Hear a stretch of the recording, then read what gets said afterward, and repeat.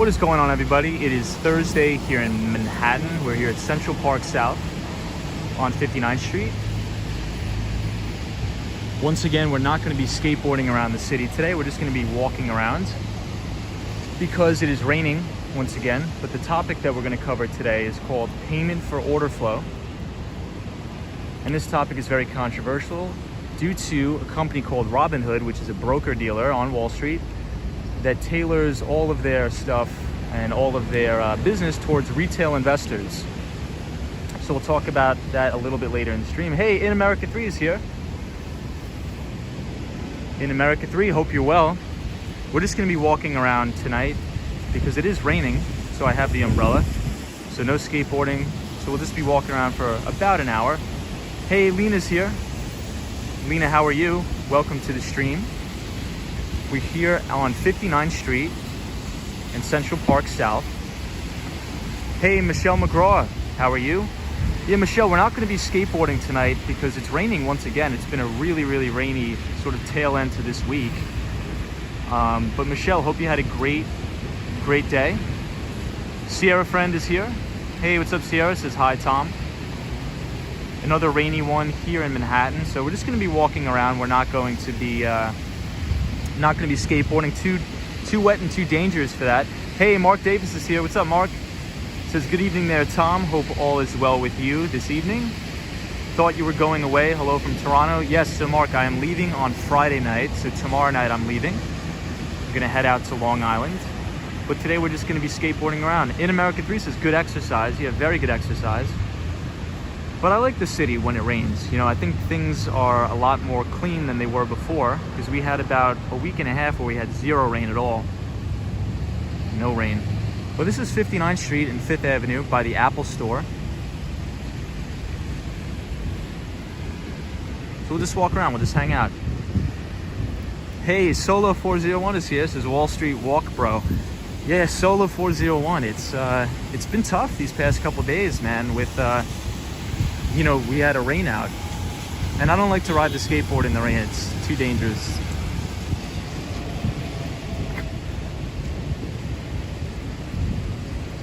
Hey, Catherine is here. What's up, Catherine? Capasso says, hey, Tom. Mark Davis is right, Long Island. Hey, Andrew Calhoun is here. He's our moderator from the great country of Australia. So anybody who's joining us from Canada, happy Canada Day. I know July 1st is Canada Day. So anybody who's watching from Canada, hope you guys are having a good one. Catherine, welcome to the stream. Hey, Lena. In America 3 says, Michelle McGraw, how are you? Lots of thunderstorms here. Yeah, a lot of thunderstorms. Hey, Peace Ghost is here again. Good to have Peace Ghost joining the stream. Peace Ghost, hope you had a good day today. And tomorrow is Friday, so there we go. Solo 401 says, I live a state away, raining here in Rhode Island too. Yeah, it's been raining all day today. So these two buildings down here are the Time Warner buildings, so the Time Warner Center. Sunshine After Rain, what's up, Sunshine After Rain? Hope everybody had a great day. Elder's here, or Eder, E-D-E-R, says, I love New York City. I like New York City a lot too. We usually skateboard, but today, rained out. So we're just gonna be walking around the city. So welcome to the stream. Hope you enjoy it. Hey, the ABX girl is in the house. ABX girl, happy Thursday. It's almost the end of the week, which is good. But a lot of my clients are already off for the 4th of July, so it was a pretty easy day today. Mark Davis says, yes, happy Canada Day. Happy 4th of July to everybody this weekend. Thanks, Mark. Appreciate that. Yeah, so it is Canada Day. So, Mark, in Canada, do you guys get off Thursday and Friday? So is it like an extra long weekend for you guys?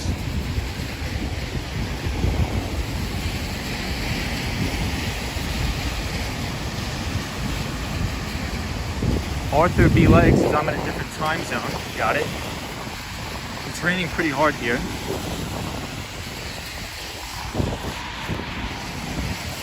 Sorry about that.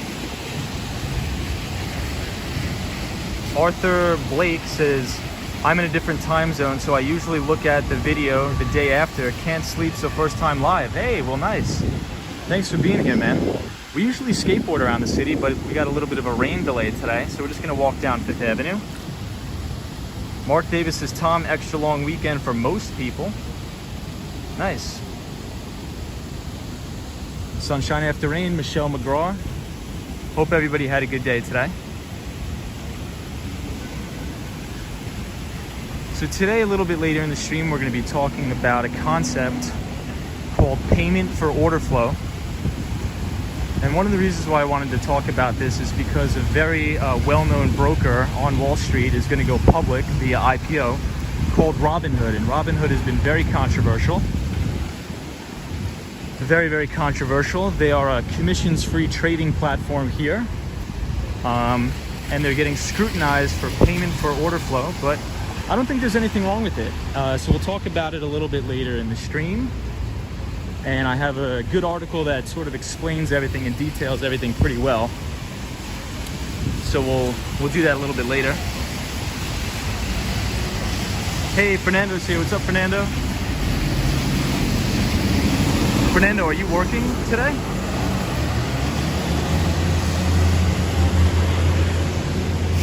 So this is the Bergdorf Goodman.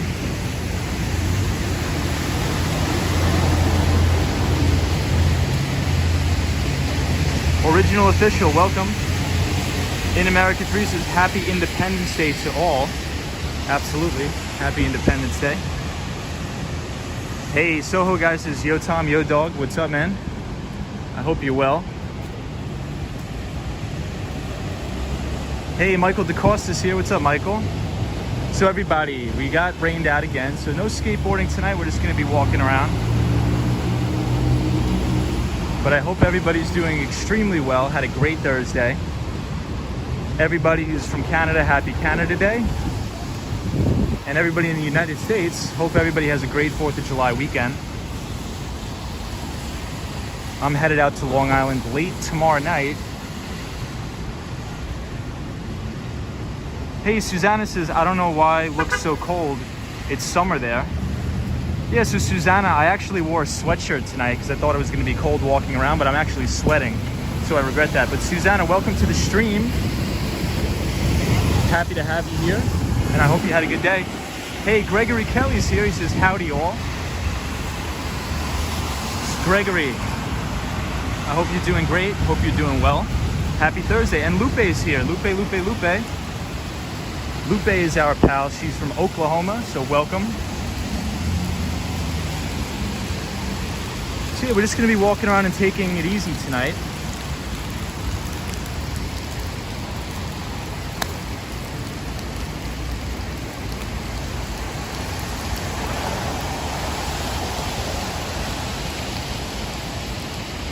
Look at the architecture of this building. It's beautiful.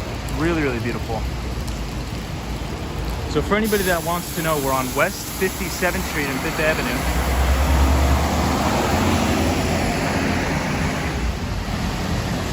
Hey, Michael DeCosta, what's up, man?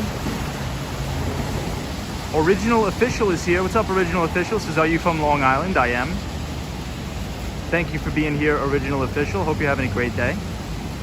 The ABX girl says, in NC storming too in North Carolina.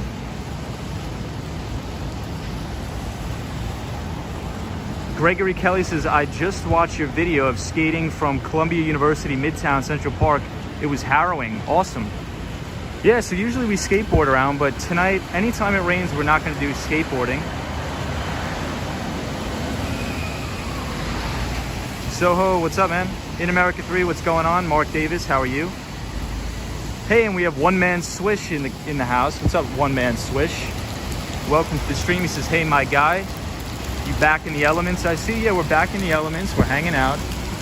I was working all day, but it was a very relaxing day. Very relaxing day, not too bad.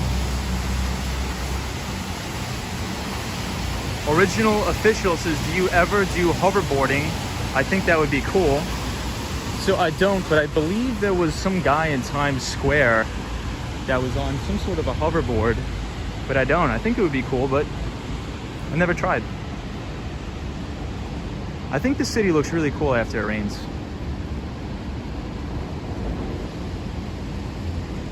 In America Thesis, I will be sleeping soon with the sound of rain. Yes. So this is the main Trump Tower right here. The Soho guy says smoking a J and enjoying the 6th stream. There we go. Hey, Reels says Wall Street Walk Bro. Let's go. How are you, my guy? I'm doing good, Reels. I'm doing really good. I hope you're well, my friend. Yeah, Reels, no skateboarding tonight, unfortunately, because we are rained out. Lupe says it looks very iconic.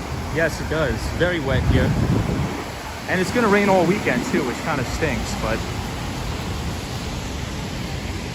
thank you all for joining. Thank you all of the new subscribers. I think one of my favorite things about rain in the city is you get to see these things really clear, all the steam coming out.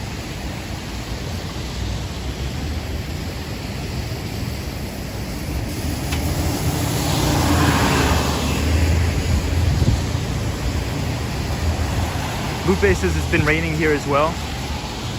Yeah, I mean, it kind of sucks because this whole week it was extremely nice and it was hot. It was like 100 degrees every day. But then it's going to rain all 4th of July weekend, all 4th of July.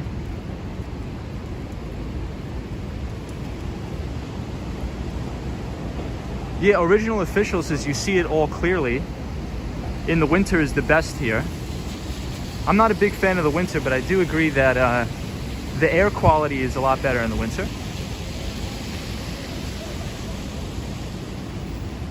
Real says all good, bro. Your scenery and personality is what binds us. Appreciate it, guys.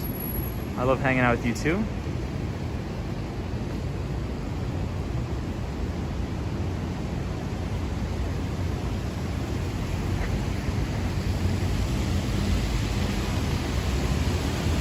So today we're going to be talking about, just briefly, a topic of interest because a very popular broker dealer on Wall Street is going public called Robinhood. And Robinhood is essentially became popular because they offer free trading or commission-free trading, or so they say. And ever since the whole GameStop and meme trading debacle on Wall Street, they've been scrutinized for their business model. And one of the ways that they're able to offer free trading is due to a business practice that's called they're selling your order flow. But there's nothing wrong with that, and it actually makes for a more efficient market, so we'll talk about that a little later. Lupe says, Tom, I wanted to ask you something dumb. Do you see stars at night? We don't. So there's so much light pollution here in New York City that you can't see any stars in Manhattan. Hey, Josh D's here. What's up, Josh? Welcome to the stream, Josh D. Hope you had a great one. Michelle McGraw says, so many gorgeous buildings and incredible architecture. I agree. This is the 5th Avenue, I think, Episcopal Church, which looks really, really nice.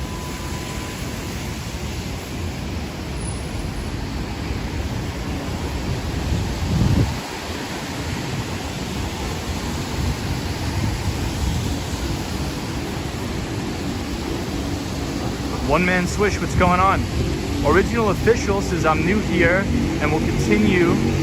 Now, why does your YouTube make it hard to find new streamers? I'm not sure. I think it all depends on the YouTube algorithm. But I appreciate you joining the stream. Welcome. We usually skateboard around and just talk about finance and good restaurants and good places to eat when you come to New York City. Yeah, Andrew says, Lupe, definitely not dumb. It's highly unlikely they see stars and planets. Well, we have a lot of light pollution in New York. So a lot of people don't understand the concept of light pollution. But when there's so many city lights, it actually blocks out all of the stars, which kind of sucks. So if you want to see really good stars, you should probably head up to upstate New York. But I was actually reading an article where some of the best scenic views for stars are actually in Pennsylvania somewhere. I forget the exact town, but it is in Pennsylvania nonetheless. Lupe says you can see millions of stars here, sometimes UFOs. Yeah, so Oklahoma, I would imagine, is beautiful for stars and things like that. But Andrew, that's a good question, yeah. And Lupe. But yeah, we appreciate all the new viewers and all the new subscribers, so thank you everybody for joining.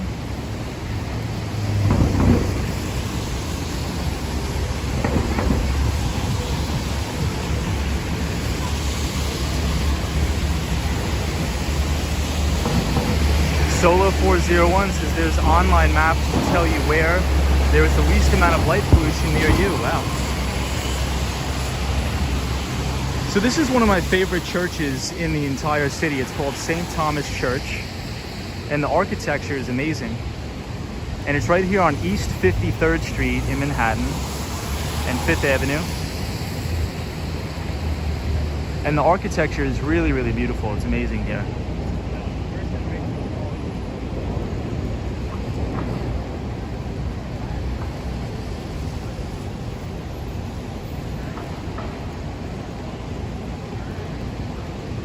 Really, really nice.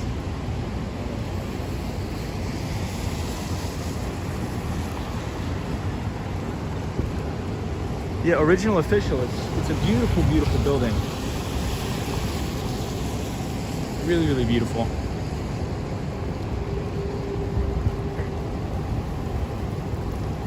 Mark Davis says, oh, Oklahoma, Lupe. You see lots of stars north of Toronto too. So Mark, where you are, do you see a lot of crazy stuff?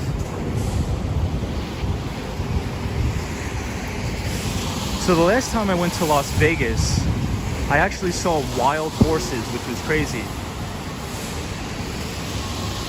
Original Official says, I'm looking from above its cross, or cruise. Michelle McGraw says, on a clear night, I can see thousands of stars in the sky in my yard. Wow. That's awesome, Michelle McGraw. Andrew Calhoun says, we have a place called Paul's Gap that is surrounded by mountains and the sky is almost white with stars in there. Nice on a warm night. Mark Davis says, yes, Tom, in north of Toronto. That's awesome. So we're here on 5th Avenue. It's a little bit rainy out.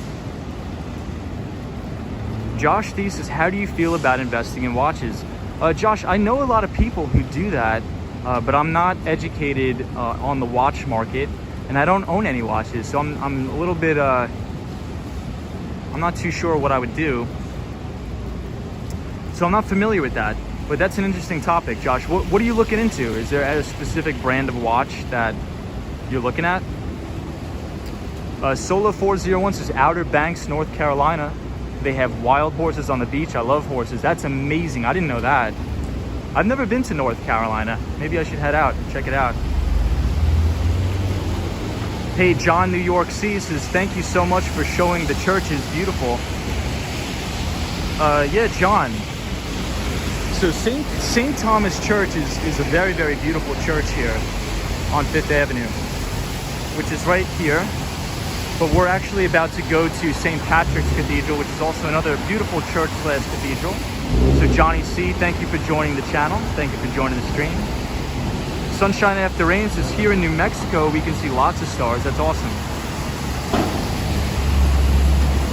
Original Official says, do you do options? I wouldn't recommend derivative products to new investors. The only time I use options are when I'm hedging a portfolio. So let's say if I'm long, in my main account, I'm just long my index fund that tracks the S&P 500. And I think there's going to be some short-term volatility to the downside. What I'll do is I'll just pick up some insurance or put options. Maybe I'll spend some money on put options just so I could protect myself and reduce the overall volatility.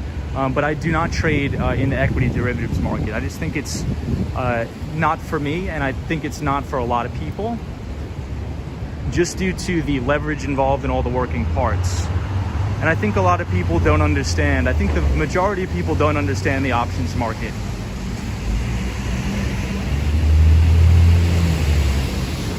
There's a lot of moving parts. You have to understand all of the Greeks, which I don't think a lot of people understand. So if you think about your delta, your theta, your vega, your rho. So theta is the time decay on the option, so time to expiration. So every day that passes by where your option is not in the money, the value of that contract is going down due to time decay erosion called theta. Delta is the value or the increase in your options price for every $1 price movement in the stock.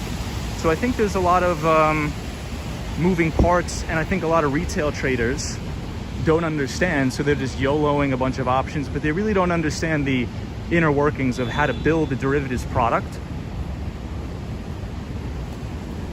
So here we're at St. Patrick's Cathedral, everyone, which is great. Josh Deese is probably a Rolex. They seem to hold the most value. That's interesting. I'll have to look into that. I'm not a big watch guy. I don't know really anything about watches. Hey, Deanne Lynx is coming from the North Carolina Outer Banks. It's beautiful here. Wow. Dina, thank you for joining from the Outer Banks, North Carolina. Sending you well wishes from New York City. Original Official says, which brokerage do you use? Do you think is the best for pricing of options now? Well, it just really it doesn't really depend. Every broker, they price options the same. It just depends on if volatility is expensive. So the number one thing that goes into pricing options is volatility. So if you look at where the VIX is, right? So if you think about during the coronavirus crash, when the VIX was at 50 or 60, you know, it's not advantageous to buy options because the premium value on those options are going to be so high. So you want to start buying options when vol is low.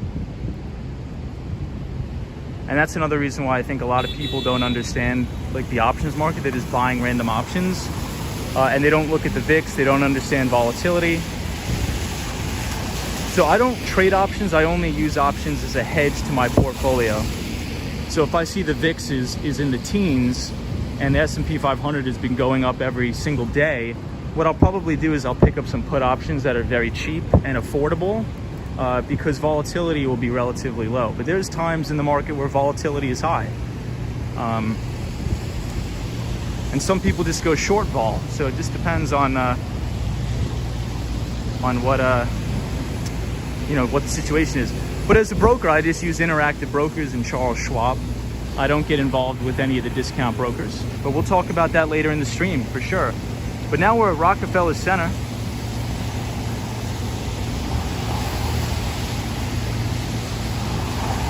Rockefeller Center here.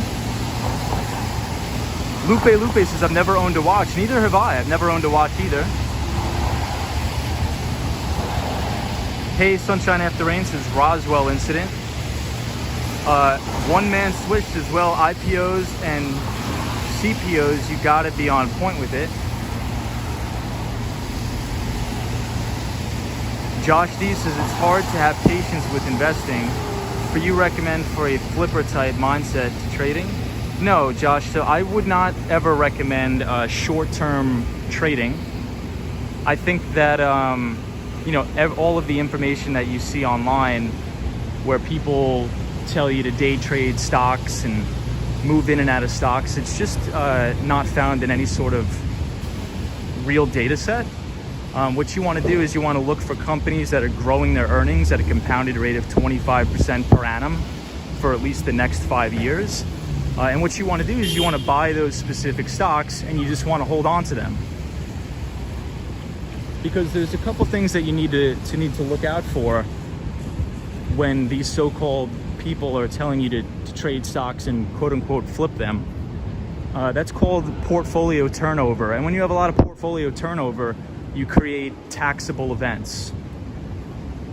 And one of the biggest expenses in anybody's life is going to be taxes. So you want to mitigate taxes as much as possible So if you can just identify businesses out there that are doing great, that are doing fantastic, that have a phenomenal product or a service, that are growing their revenues and their earnings, they have good return on equity, they have strong free cash flow, you just want to buy those stocks and you want to hold them. You don't want to trade them because you want to defer taxes and you want to hopefully one day be able to use your stocks as collateral to borrow money and things like that. So I would never recommend intraday trading.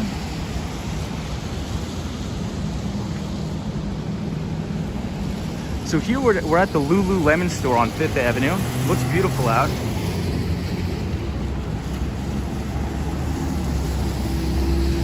Yeah, Lupe says the city looks gorgeous. Soho guy says, yo Tom, watching you on 100-inch projection. Wow. The projectors probably look crazy. Hey, Sally's here. What's up, Sally? How are you? Michelle McGraw says, I love when it rains in New York. I do too, Michelle. This guy, I don't like when they do that. They ride the bikes, they blow through the red lights. That's how people get killed. Soho guy says it should be 300-inch. Original Official says, do you have any inside info, Mr. Gecko? That's a great movie. Great movie. I love that movie, Wall Street. Yeah, Josh D says, great info. So Josh, if you're interested, I would start off, the Nightbot recommends some books that I think are very good for people that are just learning how to invest. I would start with the book Common Sense Investing by Jack Bogle. I think we've talked about it many times on the stream. So I would buy that book. You can get it for like $3 off of Amazon. And then I would read One Up on Wall Street by Peter Lynch. And that book is actually for free on YouTube. It's an audio book. So if you're driving to work, if you're commuting, you could actually listen to that book for free. But the main point is, you don't want to listen to these people that are telling you to day trade stocks. That's not how institutional investors invest. The way big institutions like the BlackRocks, the Goldman Sachs, all of these big institutions and mutual funds on Wall Street, what they do is they like to look for a disruptive technology or a very disruptive company that's growing their revenue and that's growing their earnings power. Right? Because over time, over the long period of time, stock prices tend to follow earnings. So for example, if you bought General Electric in the 90s and you held on to it for today, you probably didn't make any money, because from 1995 to 2008, yeah, General Electric's earnings were growing. But the only thing is, after about 2008, the company has been in structural decline. So if you think about the revenue growth and the earnings growth of a company like GE, it's been in structural decline due to outdated technologies, due to management. So you want to look for companies that have strong earnings and sales growth. All right, so I'll catch up on some of the comments here. A Different Take says, what do you think of developers continuing to build office buildings when it's not clear if future will find more folks working in offices? Yeah, so A Different Take, I think that WeWork is going to be a company that people should watch. So check out WeWork. Sally says, I am good. Hey, Action Kid is here. What's up, Action Kid? Action Kid, I hope you're well, and I hope you had a great trip. I know you left New York and now you're back, so welcome back to New York, my friend. Action Kid says, nobody yells at pedestrians when they go through the red lights. Yeah, so Action Kid, I've been seeing a lot on the news. That's why every time I skateboard, I try to skateboard on the sidewalk now. Because last night in Queens, there was an SUV that just blew right through the red light and almost killed this kid. He's in critical condition. And I've been seeing so many cars and drivers blow through red lights. And I think it's just because the city's opening up, people are excited. So everybody's just got to slow down. I mean, it's crazy the amount of bad driving I've seen so far. But Action Kid, I hope you're well, my friend. Staying safe out there. But in terms of the office buildings, I think we're going to continue to be in this hybrid environment. I don't think employees are going to come to the office every day. So I think companies such as WeWork could potentially grow their market share. And WeWork is a company that's backed by a larger conglomerate called SoftBank, which is a Japanese company. The founder was Masayoshi Son. And Masa's son actually technically used to own the company that I worked for. But now Marcelo is the CEO of SoftBank, and they're running their vision fund out of Miami. So hopefully I could work with them in the future. I would love to work for Marcelo again. But the Empire State Building looks beautiful tonight. Unfortunately, no skateboard because it's raining, so we don't want to do anything risky here. But we're on 5th Avenue and 45th Street. Hey, what's up, Cosmo? Cosmo's here.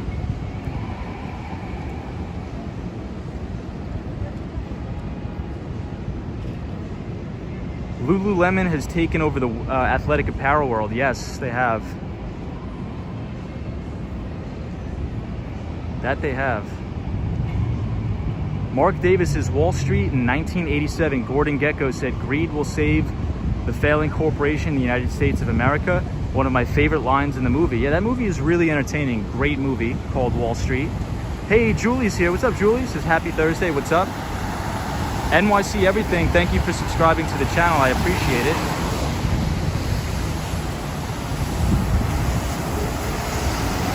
Josh D says, what's up, Action Kid? Enjoyed the Indiana stream, something different. Yeah, I enjoyed it too. One of the favorite videos, I believe, was on his second channel about that hot dog place, the Coney Island hot dog. I didn't know that was the original, the oldest hot dog stand in America. I had no idea. So that was really interesting to see that. I'm gonna have to take a trip out there and go there. Gregory Kelly says, what happened to that building Jared Kushner bought at 666 5th Avenue? I'm not too sure about that, Gregory Kelly. We do have a moderator in here, NYC Cherry Groove, that is in real estate in New York, so maybe he could have provide us some insight on that. Have you read the book The Black Swan? Says Cosmo. What's up, Cosmo? I haven't, but I've heard about it, and I think it's going to be a good book, but I have not read that just yet.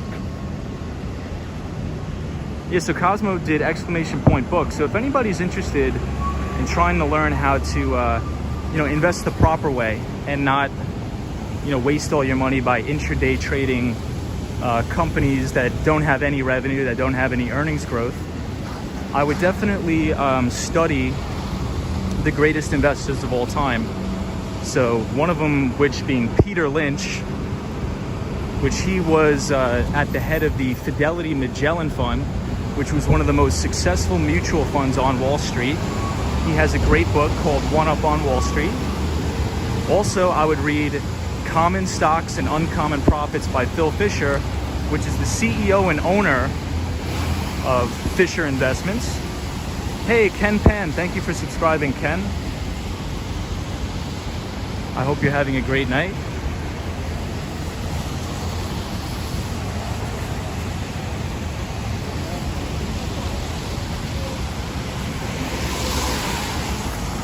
Action Kid says you can conceal the prism watermark by going into the settings. Your audio is also popping. Could get an external mic with a widescreen. Yeah, so Action Kid, I need to get a microphone. I really do need to get a microphone.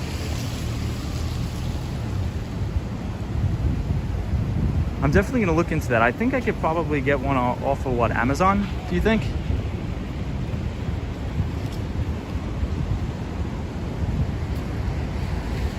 But that's good advice. I'm definitely going to conceal that logo. Action Kid, would you ever consider living in Middle America? Or do you think you would never leave New York? Like, do you think it would ever be an option for you? What do you think? I thought about that, but I'm like, you know what? I think the only other place I would ever live is probably Miami, Florida. I don't think I could live in Middle America. I don't know. Maybe. Oh, B&H. You got a mic from B&H, says Action Kid. Hey, Photos from Around New York is here. What's up, Photos from Around New York? B&H is a great store. I believe there's one on 34th Street.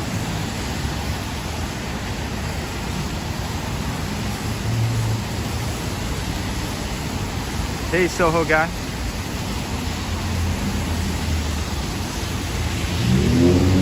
Andrew says, I blinked and missed your visit. I sent some info to the Urbanist about video compression and how to avoid killing your bandwidth when getting poor reception. Nice. Hey, Felix, what's going on, Felix? Hope you're well, Felix. But Action Kid, I'm going to check out B&H. Gerald Lee says, hey, Wall Street Skate Bro, good to see you tonight. I thought you were taking today off. I was going to take today off, but then I thought about, I'm like, I'll take tomorrow off. I'm going to head out to Long Island, so I'll be taking the Long Island Railroad tomorrow. But thank you for joining, Gerald Lee. I appreciate it. Action Kid says, no, I'd have to live in a fairly large city. I think so too. I think I agree with that. The main thing for me is I don't want to drive. I really don't like driving, and I like the public transportation. I don't think I could live out in rural environment either. Julie says, urbanist Ariel went to Greece, Italy for past days. Nice, that's awesome. Photos from around New York says, not much, very tired. How are you? I'm doing pretty good. So it was the end of the quarter last month, and obviously end of the month. So a lot of my clients took off. We got a lot of our bigger deals in, and now everybody's sort of just hanging out on Thursday and Friday, and then business activity should pick up again after the 4th of July weekend. So today was a little bit of a relaxing day, finally. Action Kid says, the mic I use is the Rode. Let me take a screenshot of that. You can get it for even cheaper off of eBay. Wow, that's great advice. I'm gonna check it out. I think I should get a mic, Action Kid, because, yeah, you're right. It's noticeable when you speak a lot. Yeah, the P's, yeah, it pops. You're right. I noticed that too. I think I'm gonna get a mic, especially when I'm skateboarding. The wind is really, really crazy. The wind is really crazy when I'm skateboarding.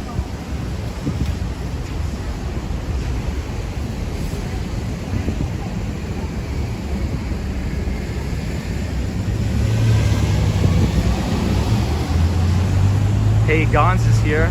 Says hi all. What's up, Gons? Hope you're well. We're at 42nd Street and Madison Avenue.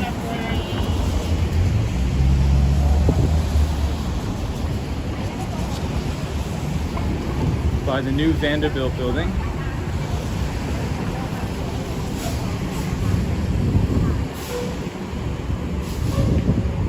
And I think it's starting to rain once again.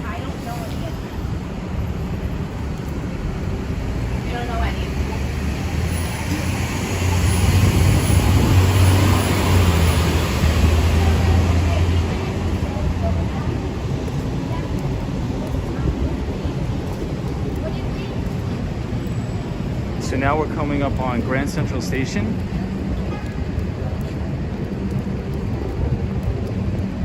Hey, some guy is here. What's up?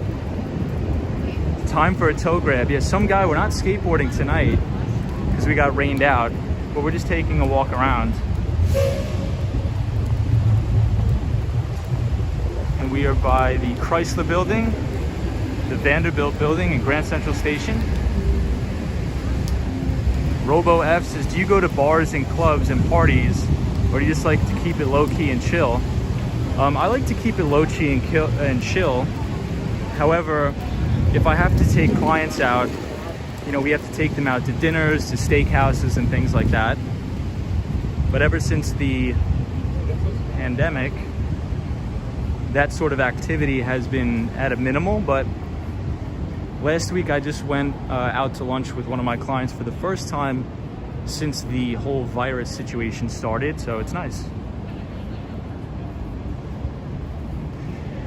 Yeah, the ABX girl, that's a great observation. And GE owned NBC for a hot minute. You can still do a toe grab if you want to some guy. Some guy, great having you here. Josh D says, I actually like hearing authentic sounds of the city.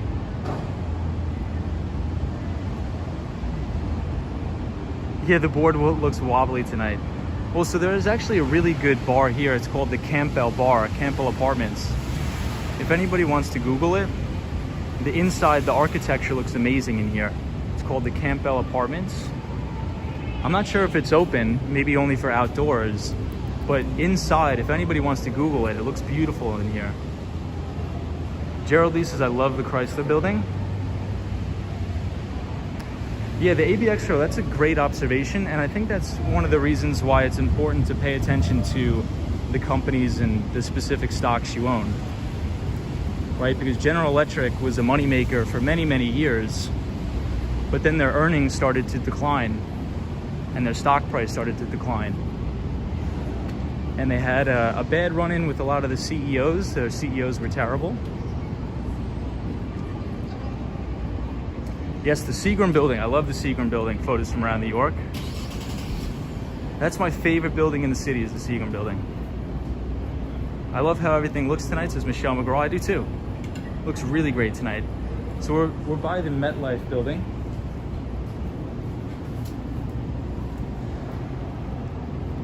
Two years ago, this building to the left is a very big tech hub. And there's a lot of startup tech companies, one of them called Pillar Technologies. And Pillar Technologies is sort of like an IoT company that I was working with, so they're right here. So shout out to them. But we're here at the MetLife Building. Hey, Joe Hernandez is here. What's up, Joe Hernandez? Hope you're well. Thank you for coming to the stream. Gerald Lee says, I love the Chrysler Building. It's my favorite. Mark Davis says, Chrysler Building built during the Great Depression, 1930, I think. Some guy says, look, they put a roof over the sidewalk. So funny. NYC Everything says, I tried using Prism. For some reason, it does not work on my iPhone 6 Plus. How were you able to get yours to work without having 1,000 subs? I think if you use these applications, you're allowed to stream without having the 1,000 sub requirement, but you just have to use these sort of applications like Prism, and I think there's another one, I forget what it's called. Gon says, what do you think of Neo? I don't think it's investable just yet because it doesn't earn any money. I mean, for me, I'm very, very strict with my investment process. So I'll miss a lot of the initial moves on a lot of these companies. That's just because I don't buy anything that doesn't have earnings. But I would, if you're interested in the company, I would listen into all their earnings reports. I would look at their deliverables in China to see how many electric vehicles they're selling. And I would do a lot of research into the management company. But until they're profitable, I just can't invest into it. So the topic today I wanted to talk about, hey, Michelle McGraw is here and Lena is here as well as Lady Orleans. What's up, Lady Orleans? No skateboard again, we got rained out, unfortunately.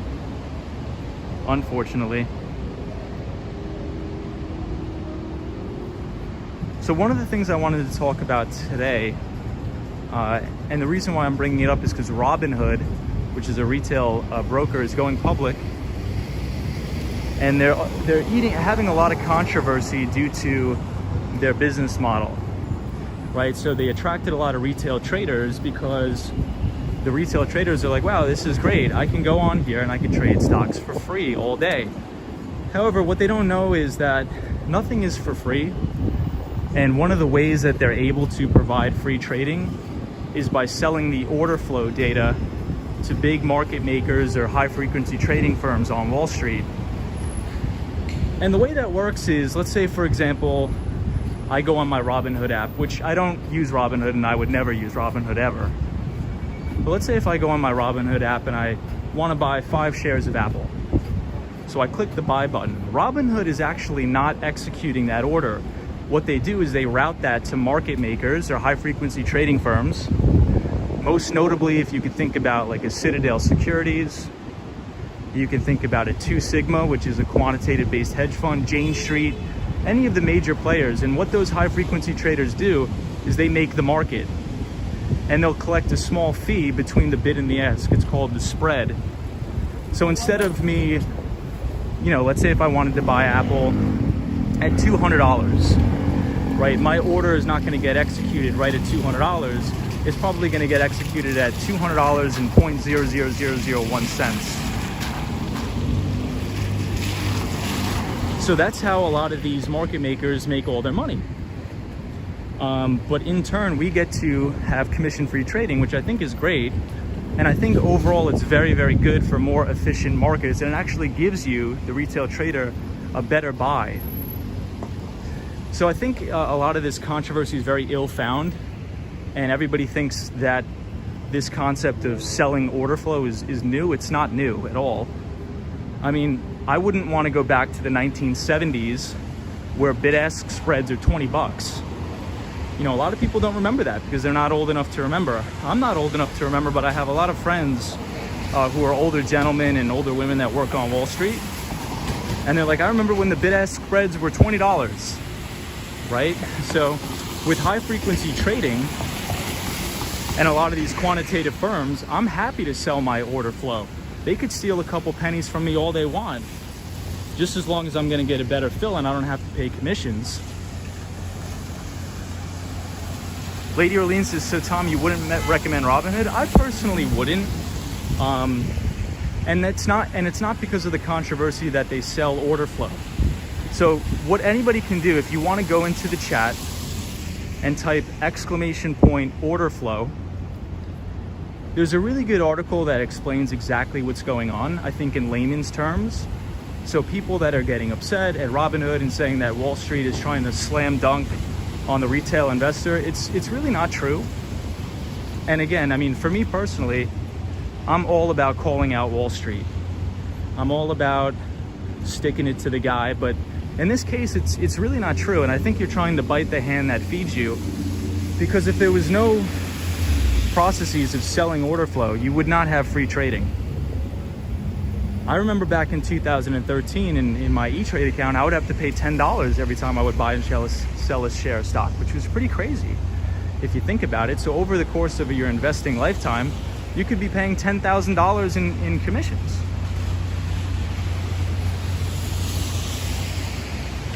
So I hope that concept makes sense. So if you do !order flow, it's an article that explains the whole process of how commissions on Wall Street has been bid to zero. And the way that they do that is by selling your order flow to market makers on Wall Street,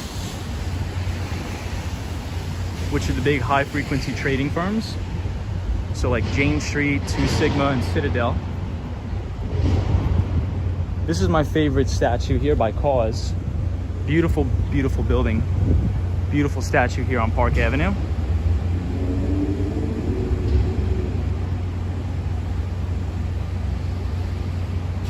Hey, Lady Justice is here. What's up, Lady Justice? I hope you had a great Thursday, and hope everybody has a good Friday tomorrow. Lady Orleans, I hope you're well.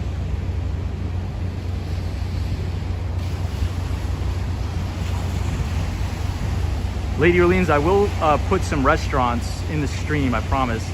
Gons, how are you? Yeah, so if anybody wants to read that article, that'll give a little bit of an explanation on what's going on. The ABX girl is here, says, had to move out to North Carolina to take care of my mom. I want to move back so bad. Well, ABX girl, that's extremely nice of you to take care of your mom. That's very admirable, and I hope you come back soon. And I hope your mom is well. I hope she gets better, and I hope she's safe and healthy. But this looks like Elmo, but it's not. It's a statue called Cause. It looks beautiful.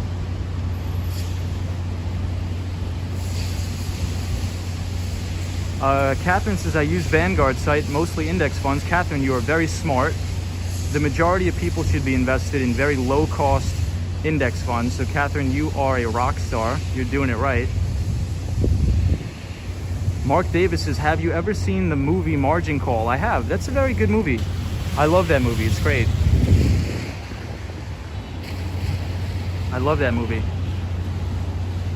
Hey, Andrew Calhoun is our moderator from Australia. Gon says, holy moly, never knew there was a Cause figure in Midtown. Yeah, Gons, so in my old company, we used to have an even larger Cause statue, but it was black. And it was in my building at 1166 Avenue of Americas. Hey, Oscar Fish says, back again, no skating today. Yeah, we're not going to be skateboarding tonight. It just rained like crazy. We had a huge rainstorm.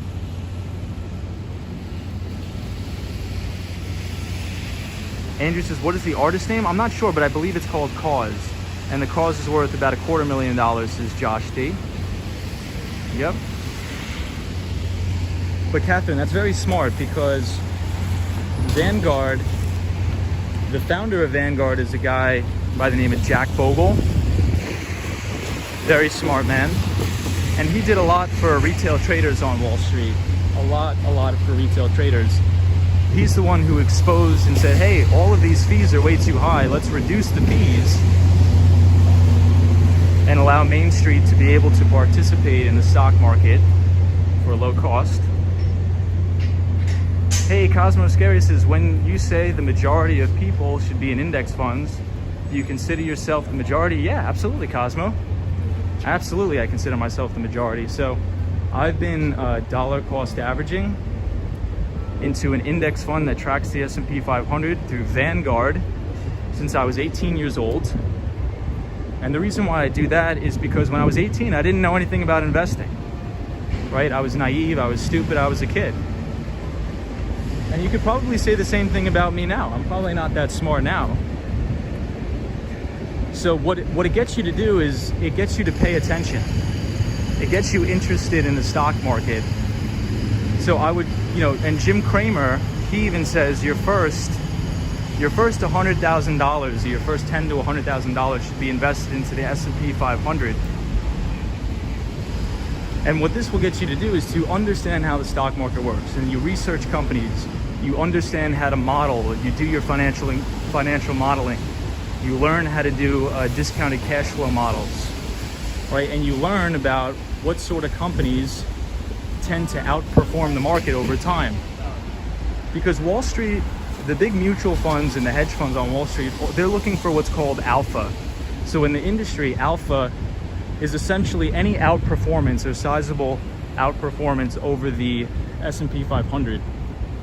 So what I do is I dollar cost average into a low cost index fund, and at the same time I fund my taxable brokerage account where I invest in individual stocks that have great earnings and sales and that are in industries with a large TAM, or total addressable market as it's called.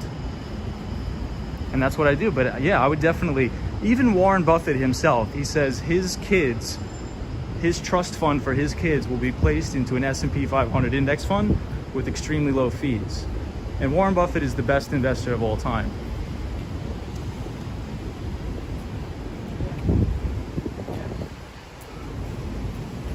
But there are mutual funds that do outperform the market all the time. The only thing is the fees. If you're paying 2% in fee income, it can get a little crazy. Yeah, I think it was a movie production, Gerald Lee. I'm not sure which movie it was, but this is the Seagram building. So this is my favorite building, and I was actually just reading an article on the Wall Street Journal, and this building is 40% vacant. 40% vacant.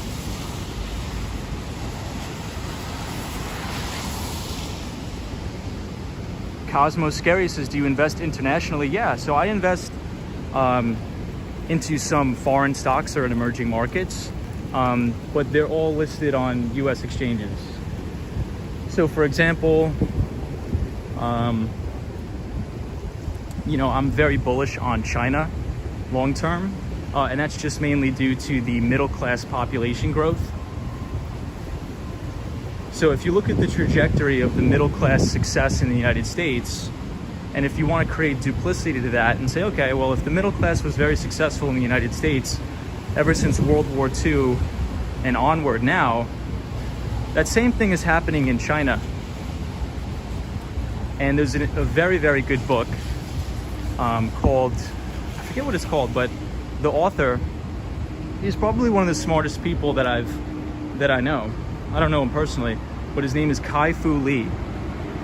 And Kai-Fu Lee was born in China, moved to the United States, but he was actually the president of Google China back in the day. And this was back when Silicon Valley did not take Chinese companies seriously, because it was true that back in the day, Chinese companies, and I'm talking about during like the dot-com bubble, right? And a little bit after. A lot of the Chinese tech companies were called copycats. So they would essentially just copy the source code of a lot of American companies. And that's why China got a very bad reputation for having bad technologies and bad tech companies. But that's actually completely done a 180, and that's changed. So if you think about a company like Tencent, JD, Alibaba, you know, these are some of the greatest tech companies in the world that are in huge total addressable markets.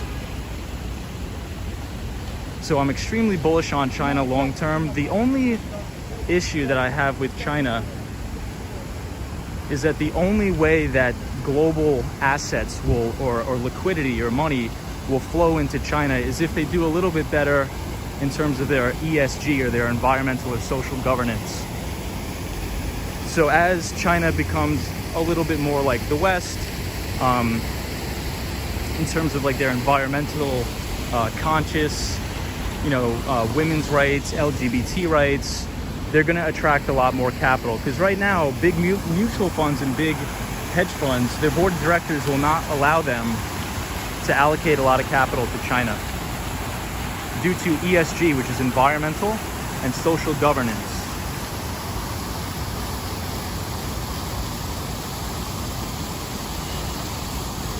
And also there's a Korean company that I like a lot called Kakao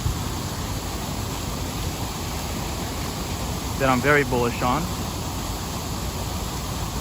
Gerald Lee says those yellow and orange signs that are posted probably have the name of the movie or TV shows on them. So we'll check that out. Lady Orleans says, I'm sure all those buildings and apartments will be overflowing with people by the end of the year. I hope so. Hey, Oscar Fish says, what do you think about NEO? Growth seems promising. So I don't think it's investable right now for me because it doesn't earn any money. So I don't invest in the companies that don't have any earnings, but I do think it's promising into the future, and I'm very bullish on electric vehicles for the years to come. Josh Thesis, what do you think happened to Jack Ma? I don't think anything happened to Jack Ma. I just think that the government sort of slapped his hand a little bit and says, look, don't talk bad about China. Because you got to understand something. Everybody, you know, it's a big controversy, but the Chinese government invested billions and billions of dollars into the tech infrastructure in China, and they did do an amazing job. And so now there's actually more innovation in the technology space coming out of China, very much competing with the United States. If you look on a basis of artificial intelligence and machine learning, China's doing a great job with that. Doing a really, really great job. But I appreciate everybody joining and subscribing. We have a lot of new viewers. We usually skateboard around the city and talk about interesting stuff. But tonight we got rained out, unfortunately.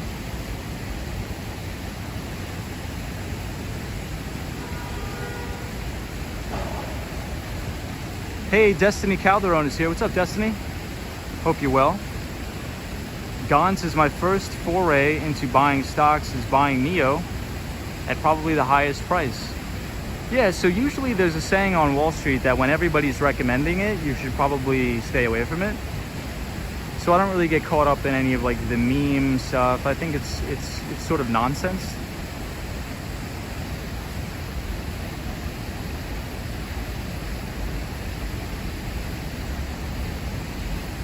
Hey, the Swan is here. Says, hi, just finished another stream. Didn't realize Skateboarder was on tonight. Thought he would be, thought he said last night he wouldn't be back until Sunday. Yeah. So the Swan, appreciate you joining. I'm going to go out to Long Island tomorrow. So I thought I'd stream tonight, but we're not skateboarding due to the weather. So the main reason why I don't like Robinhood, it's not because of the order flow that I just explained now. I think they're a very aggressive company. They're a very entrepreneurial company. But the way they go about getting business, I think, is a little bit unethical. Because essentially, when you apply to sign up for a brokerage account, if you want to trade on margin, It's called margin, or in addition to margin, if you want to trade options or in the derivatives market, you have to answer a questionnaire that says, how long have you been trading options? How long have you been trading stocks? What is your experience with that? And that's to tell the brokers if you have experience, if you can handle all of the leverage. But what Robinhood was doing, there was 18-year-old kids. I mean, if you're 18, I consider you a kid. They were going on Robinhood and lying on the forms and saying, yeah, I'm 18 years old, but I have 20 years of options trading experience. And Robinhood was automatically placing these people into margin trading accounts, which is so just bizarre to me. So, and Robinhood did that because, they want to gamify trading. They want to make it seem like a big joke, like a big casino. But if you do that, if you try to make investing like a big casino, people are going to treat it like a casino, and a lot of people are going to get hurt. So there was actually a kid, he was 18, he was interested in the stock market. He went on Robinhood, he had no idea what he was doing. And Robinhood allowed this 18-year-old kid to trade with margin, and he bought a stock. The trade went against him, and he wound up owing Robinhood $350,000. So this kid deposited like $5,000 on Robinhood. He didn't know what he was doing. He was just trying to have fun. Then he got a margin call for $350,000. And what he wound up doing, he was so freaked out that he killed himself. And that's the type of behavior you incentivize when you treat things like a big game. So that's one of the reasons why I don't like Robinhood, because I think that's unethical to allow an 18-year-old to trade on margin when they don't even know what a stock is. I sort of compare that to the 2008 financial crisis that was caused by mortgage bankers allowing people that had $15,000 yearly incomes take on a mortgage for a $350,000 house. Like, what are you doing? That's so irresponsible. So what happened was, when the Federal Reserve raised interest rates, all of their teaser interest rates went up, and everybody went belly up and was underwater on the house, and nobody could afford the mortgage.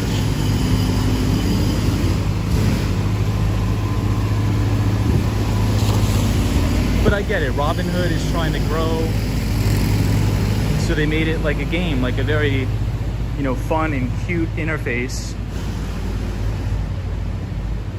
But you really have to do your due diligence, right? So if you're an 18-year-old kid and you put on the form that you have 10 years of margin trading experience, there should probably be somebody at the company reviewing that and saying, okay, well, you probably don't have 10 years of stock trading experience if you're 18 years old, right? I mean, that's just me. I mean, I don't know if anybody else in the chat agrees, but you should have somebody in the back office saying, okay, well, probably you shouldn't be trading on margin if you're 18 years old, because you probably don't know anything, right? It's for their own protection. But it's just sad that it had to come to that, because this kid took his own life because he was like, wow, I'm 18 years old, I'm in $350,000 worth of debt because I don't know what I'm doing. And it's not his fault. I think Robinhood should be held liable, and I think they were held liable, and I think the family got a big settlement, so that's good. So sorry for my big rambling on about Robinhood, guys. I apologize, but I just think that when companies get greedy like that, they should pay the price.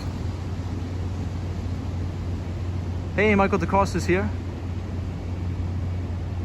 It's a beautiful night here on Park Avenue, everybody. Hey, Zap Allen is here. Says, hi, Tom. Said you wouldn't be back on. Glad you're on. Yeah, Zap Allen. So tomorrow I'm going to head out to Long Island. I thought I was going to head out today, but I decided not to. I wanted to skateboard around, but it just finished raining, so a little bit too dangerous to skateboard. Check out this building. It looks beautiful tonight. Hey, Ken J is here. Says, so true. Welcome to the stream, Ken J. The Daily Walker says, what is the weather looking like for the weekend in New York City? It's going to be raining all weekend, unfortunately. Andrew Calhoun says that's why I didn't let my 13-year-old son do it. Yeah. Andrew, I think it's just about people being responsible, right? So I'm just trying to make sure I didn't miss any of the comments. Apologize, everybody.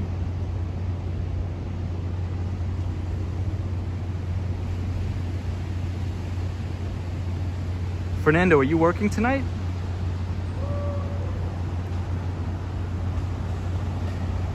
Mark Davis says things really good here, Destiny. It was our Canada Day today. Was following Lizzo out and about. Yes, happy Canada Day to all of our Canadian pals. This one says your health and safety comes first, skateboarder. I appreciate it. Some guy says I just read an article, that in an article today. Yep.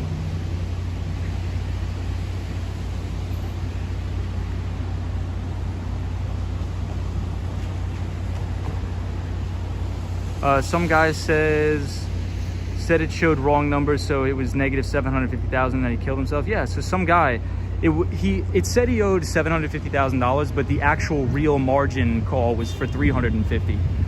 So he did owe money, but it showed 750, but the actual amount was 350. So there was two mess ups. There was an interface glitch, and you allowed an 18-year-old to trade with margin, which is crazy, which is so nuts.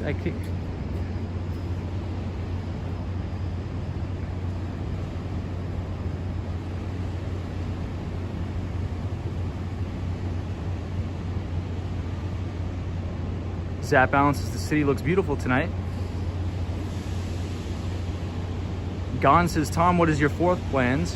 For the 4th of July, I'm gonna head out to my friend's place on Long Island, and we're gonna have a big party because we couldn't have it last year due to the pandemic. What about you, Gons? Anything crazy for the 4th of July? Robo says, you definitely seem really smart. I appreciate that. Thank you so much. Thank you so much for that.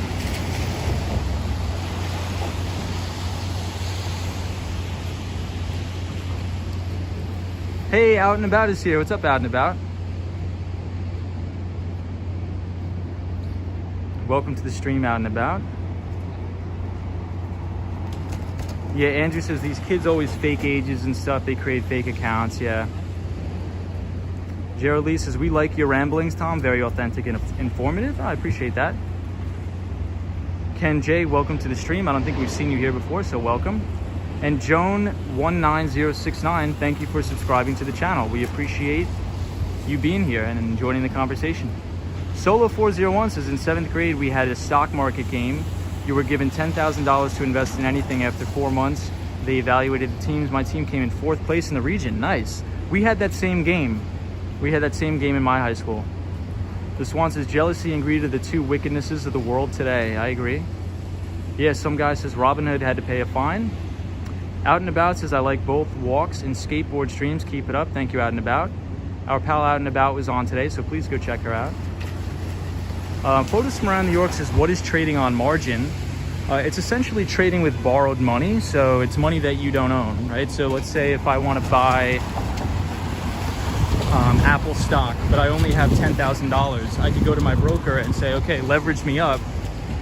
And I want to control $100,000 worth of stock with $10,000. But it's called trading with leverage. So if the stock goes up 5%, I'm going to make a hell of a lot more because I'm controlling 100 grand. But if the stock goes down 10%, I'm not just going to lose 10%. I'm going to lose that times whatever my margin requirement I took on.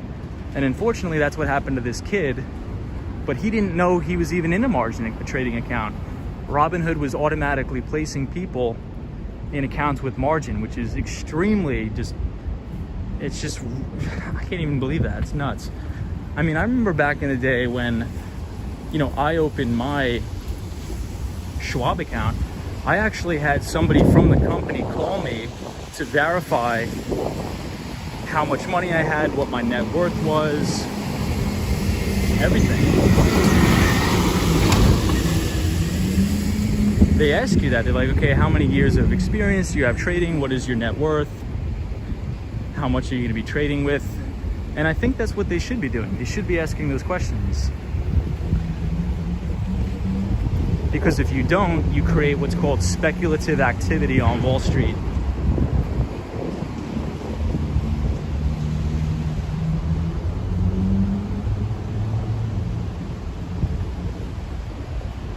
Hey, Wendy's here. What's up, Wendy? Welcome to the stream. We're walking tonight. We usually skateboard, but we're just taking a walk around because of the rain. And we are on East 46th Street and Park Avenue.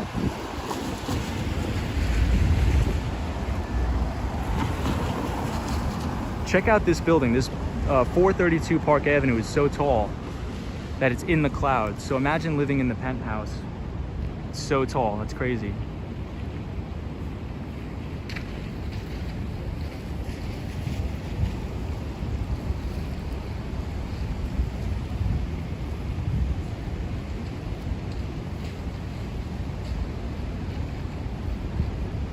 So hopefully that answers your question, photos from around New York. An 18-year-old is considered an adult though in the US, aren't they? Yeah, they are. But essentially they were just lying on their application and saying that they have 10 years of experience trading.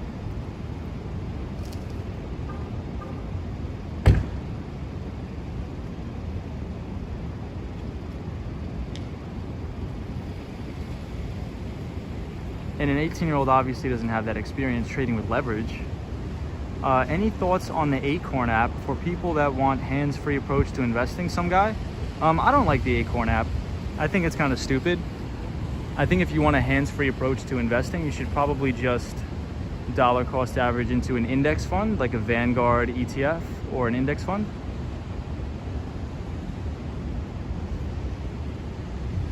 Hey, the ABX girl says margins, no.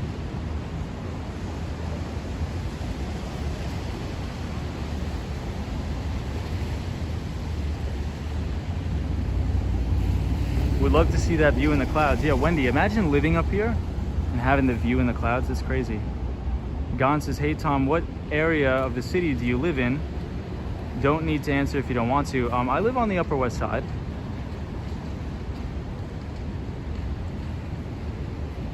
I live on the Upper West Side. Yeah, so there's a book that's called The Margin of Safety by Seth Klarman. And it's considered one of the greatest investing books of all time. But there's actually no copies in print anymore, so you can't even get the book. However, you can download a free PDF online. But you can check it out. It's called Margin of Safety.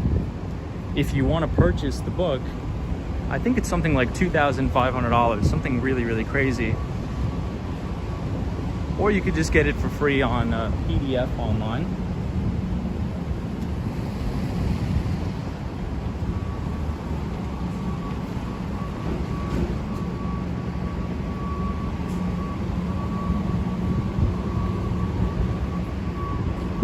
And this is Bobby Van's Steakhouse, where a lot of the people that work on Wall Street here on Park Avenue come to eat dinners and things like that with their clients.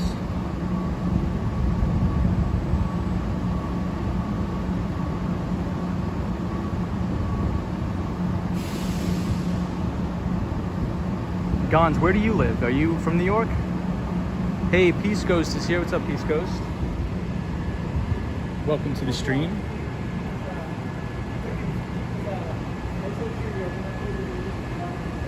Yeah, Cosmos is wine and dine. Hey, Joan19069 says watching from Trinidad and Tobago. That's awesome. Thank you for watching. Look at how beautiful this lobby looks here. Everything looks so clean. Yeah, Cosmo, before the pandemic, I would wine and dine my clients. I am in tech sales, so whenever we would have a big customer come into town, we'd take him out to a nice dinner, a nice steakhouse here. I think the most, one of the best places that I've been to is a restaurant. It's an Italian restaurant owned by Lydia, and it's called Del Posto. And she also owns the restaurant Becco, which is very good. B-E-C-C-O, Becco.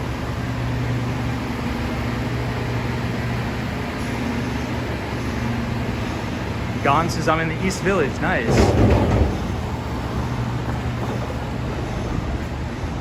East Village is a great area. I love the East Village. Yeah, some guy that was a statue of a rabbit playing cards.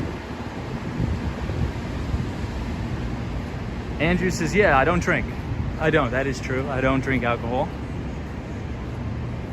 So I guess I would be doing the dining.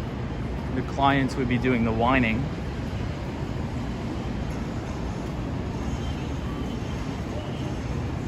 Cosmo Scary says, my favorite steakhouse used to be Texas de Brazil before I went vegetarian. Oh, Cosmo's a vegetarian. That's awesome. Cosmo, do you mean vegetarian or do you mean vegan? Hey, Girl in the Curl is here. What's up, Girl in the Curl?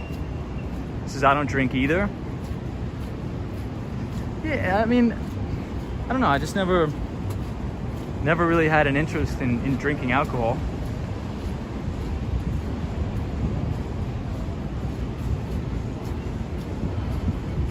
I think it just depends on what you want to do. I don't know. I just never had an interest in it.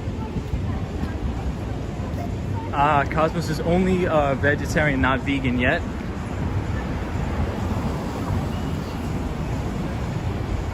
What is the difference, Cosmo, if you don't mind me asking? The difference between a vegetarian and a vegan? Girl in the Curl says, surfing, I do this. Nice. There's one thing about the rain. The city looks really, really clean. Wow.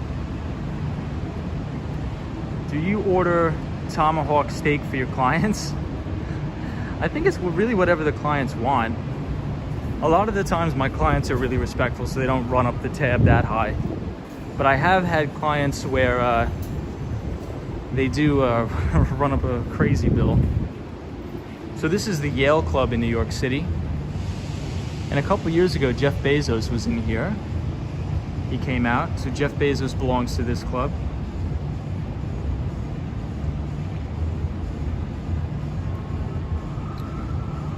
Lady Orleans, you're a vegetarian as well. Wow, we have a lot of vegetarians in the house. Some guy says, I whine sometimes, funny. Michelle McGraw says, I drink only on very rare occasion, which is hardly ever. Yeah, I think anything in moderation, right? Michelle McGraw is fine. Mark R. Davis says, I don't drink or smoke either, Tom. I am also a vegan. Wow, we have a lot of vegans and vegetarians on the stream. Cosmo Scary says, I don't eat meat, but I still consume eggs and dairy products. Got it. Girl in the Curl says, Michelle McGraw trying to figure out why we cannot see you. In Dutchman, you are not blocked. Interesting. Michelle Out and About says, a vegan diet excludes all meat and animal products. Meat, poultry, fish, seafood, dairy, and eggs. Whereas a vegetarian diet excludes meat, poultry, fish, and seafood. Wow. That's really interesting. So we'll take a walk to 34th Street, Herald Square. We'll see the Macy's for the 4th of July fireworks tonight. We'll take a look at the Empire State Building, and then we'll head out. We'll end the stream. Okay, Peace Ghost says, eggs, milk, a vegetarian. Got it. Yeah, I love fish too. I actually had fish today.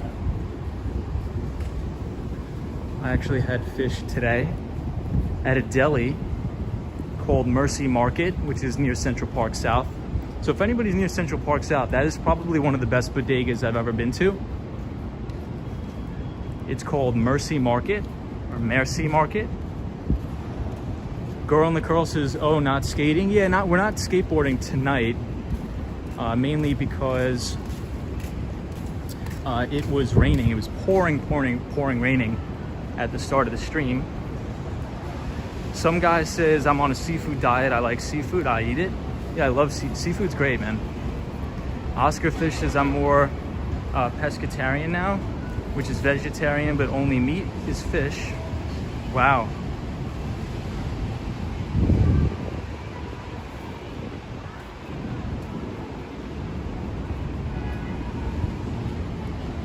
Girl in the Curl says, like a credit line, margin calls. Oh no, yeah.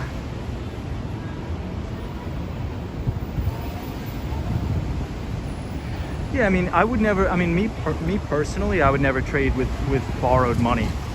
Well, that's just my personal opinion. Mercy Market, I go there all the time when I'm at work. I work at 767 Fifth Avenue. Oh, Gons, that's awesome, man. Yeah, so it's owned by It's a Korean deli. So sometimes they make really good Korean food there too. Really, really nice. I love that place. I live not too far away from there.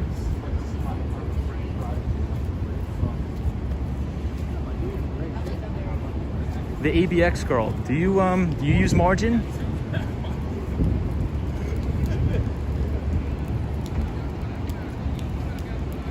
Hey, Felipe says, hey, what's going on, Felipe?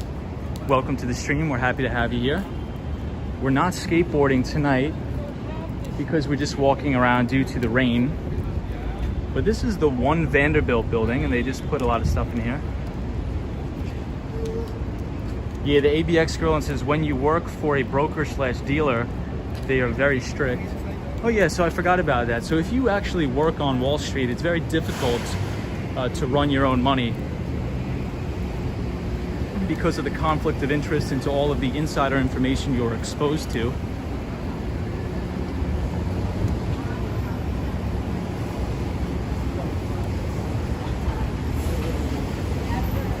Men in black? No, I think they're bankers. So a lot of people that work here work in investment banking, and there's also a lot of hedge funds here on Park Avenue. It's at the light, man. It's the light.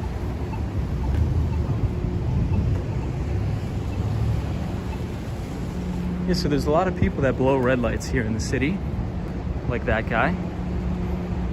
Not safe, not cool.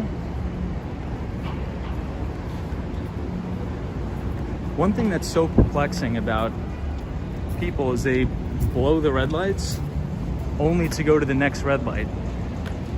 I don't get it. But thank you everybody for joining. Thank you for all the new subscribers. I appreciate it. Gregory Kelly says, have you ever been to the New York Stock Exchange? Yeah, I go there all the time. My old office was at 82 Wall Street. I was right next to the Deutsche Bank down there. And then my office moved to 77 Water Street. So for many years, I would commute from the Long Island Railroad from Long Island to Penn Station. And then from 34th Street, I would take the 2 train all the way down to Wall Street. And I did that for almost 3 years every day. And it was exhausting, very, very exhausting.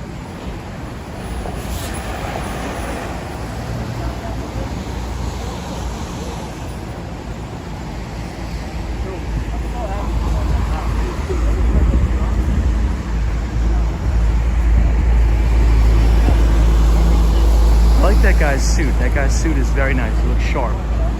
This guy in front of us looks really sharp.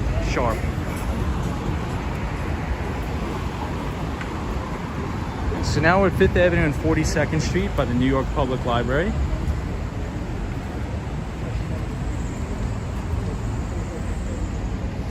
And we're near Bank of America Tower.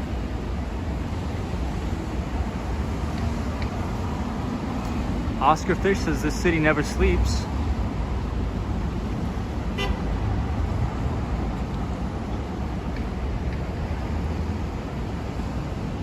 Ken J says, I love Gallagher's Steakhouse on West 52nd Street.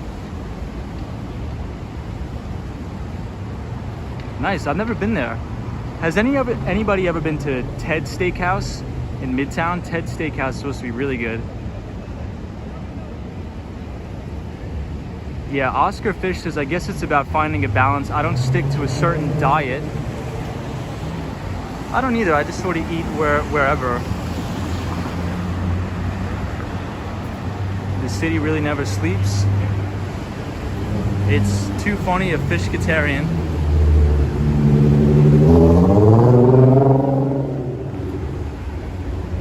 I shouldn't have worn a sweatshirt.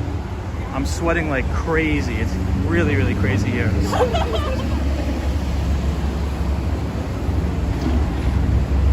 So we're gonna see a really nice view of Midtown Manhattan in a second here. Very nice view. On East 41st Street.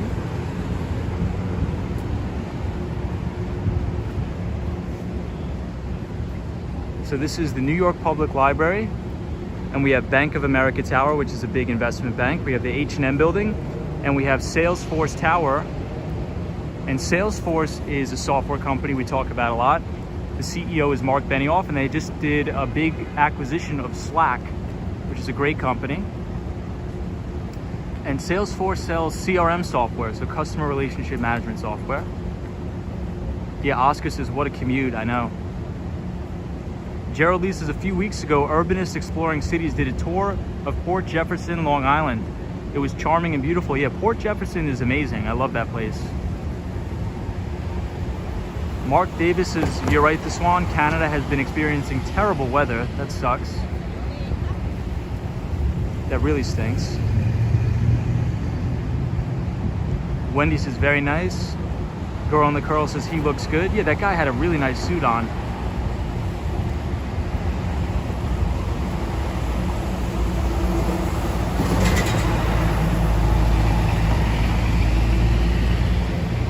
Felipe, welcome to the stream. You've been to Ted's Steakhouse in Manhattan. Girl in the Curl says, what is this channel? Hi everyone. It just showed up on my homepage. Well, we usually skateboard around the city and talk about finance. So we talk about finance and investing and pretty much anything we like to talk about. Hey, Godlove6980 is his first time here. So welcome, Godlove6980. We just finished talking about the topic of the day today was buying and selling order flow. So if anybody wants to type !! order flow in the chat, you'll get to understand what we were talking about. And if anybody wants to replay the stream at the end, you can, check out the whole discussion. But I appreciate all the new viewers. I hope everybody's having a great night. And anybody who's tuning in from Canada, happy Canada Day. To our pals in the north, happy Canada Day. Girl in the Curl says Southern California. Well, welcome from Southern California. That's awesome. So this is a brand new New York library that I have not gone to yet, but I really, really do want to go to. I want to check it out so bad. Hey, insurance practice exams. This library looks so beautiful in here. It looks amazing. So clean.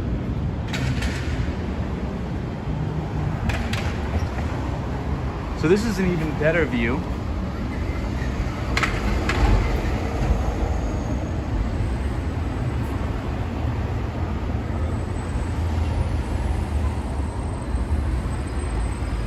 Some guy says, will you be the first streamer to show us where the Ninja Turtles live? If I knew where they lived, I'd show you guys. Hey, insurance practice exams. I wouldn't go anywhere where that's 100 degrees Fahrenheit. It's crazy out here tonight, the Swan. It's really, really nuts. He was a sharp-dressed man, a song by ZZ Top from the 80s, says Gerald Lee. ZZ Top. ZZ Top, I like that name. Yeah, and about, hey, Girl in the Curl, thank you for subscribing, I appreciate that. I believe Ted's Steakhouse is old school. Yeah, Dylan, Gons, it is old school. The antagonizer says, or if you see the whole commercial, you get paid for it, as well as if somebody skips over. You don't get paid, I know how it works. Got it. The cat goes off when you hit 100, Tom. The antagonizer says, hey man, I got a question for you. Since you know about YouTube, obviously, how does it work when people get paid for commercials? If you don't watch the commercial, do you get paid? I'm actually not sure about that, the antagonizer. I'm actually not sure about that. Tom, have you checked your analytics? Your videos are starting to pop up everywhere. Yeah, Zap Allen, I've checked it. I have checked it. We do come to New York a few times a year for business. Nice. Girl in the Curl, what do you do for work? Man, it is so hot. Insurance sales, how are you? Or insurance practice exams, how are you? You need to watch 30 seconds for the channel to get credit, okay? So please thumbs up and watch the commercials. Oh, thank you, Girl in the Curl. I don't think I run advertisement on the channel though. Well, this is the brand new New York Public Library. That is awesome. Photos from around New York says Ninja Turtles live in Turtle Pond. In Central Park, we see Master Splinter nearly every night. Nice. Stay hydrated, Tom. Thank you so much. Lizzo, I hope your dog is doing well. Is that one Vanderbilt? No, God loves 6980. We just walked past one Vanderbilt, but I'll show you what all these buildings are. I'll explain. So this is Bank of America Tower. The other building behind it is the H&M building. And then this little block with the light coming off of it is Salesforce Tower, which is a software company here in New York that sells customer relationship management software. And they actually just bought a company by the name of Slack. Slack was a publicly traded company under the ticker symbol WORK, W-O-R-K. But Salesforce actually just bought the company, which I think is going to be a great addition to the company. I think their synergies are going to be great. And Slack is essentially sort of like a piece of software like Microsoft Teams. So if you think about Microsoft Teams, it's very similar to that.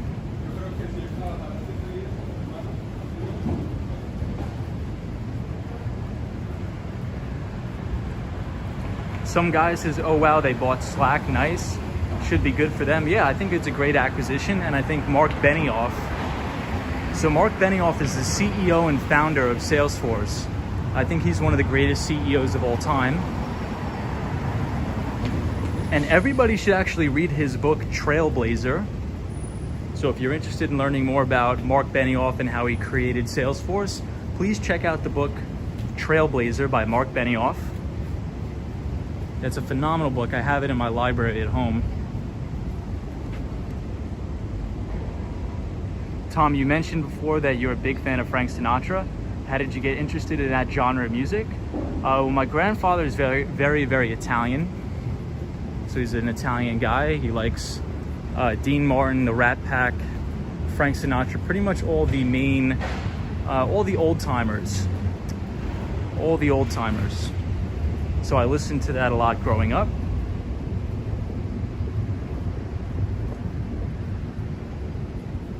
Oh, you're a commercial contractor, says Girl in the Curl. That's awesome.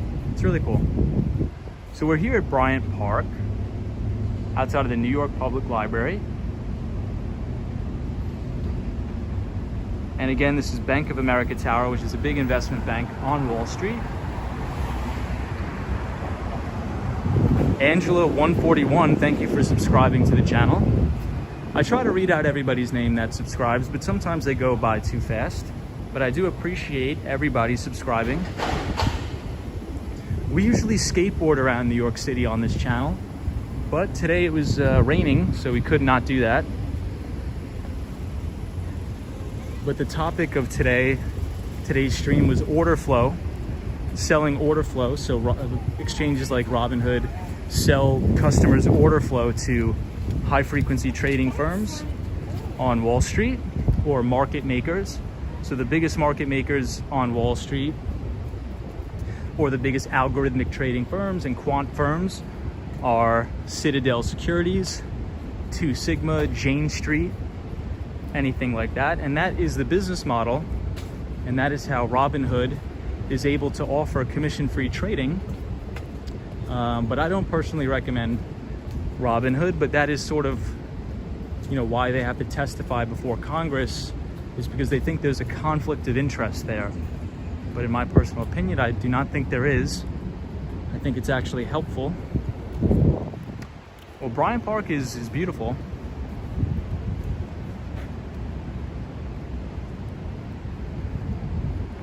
All right, everybody, we're gonna take a little bit of an intermission here.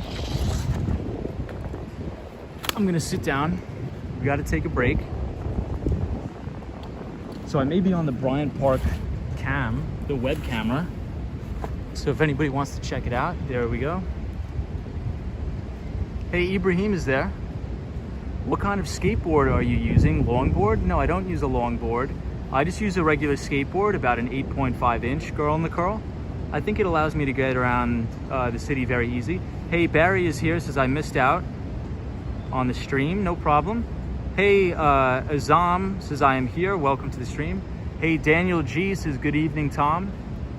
Daniel is our pal from Buenos Aires, Argentina. Daniel, if you want to watch a replay of the stream, we were talking about the controversy of Robinhood, and Robinhood is about to launch their initial public offering. And one of the reasons why they are in a lot of controversy is because of they're selling customers order flow, but everybody sells their order flow. Beautiful scenery.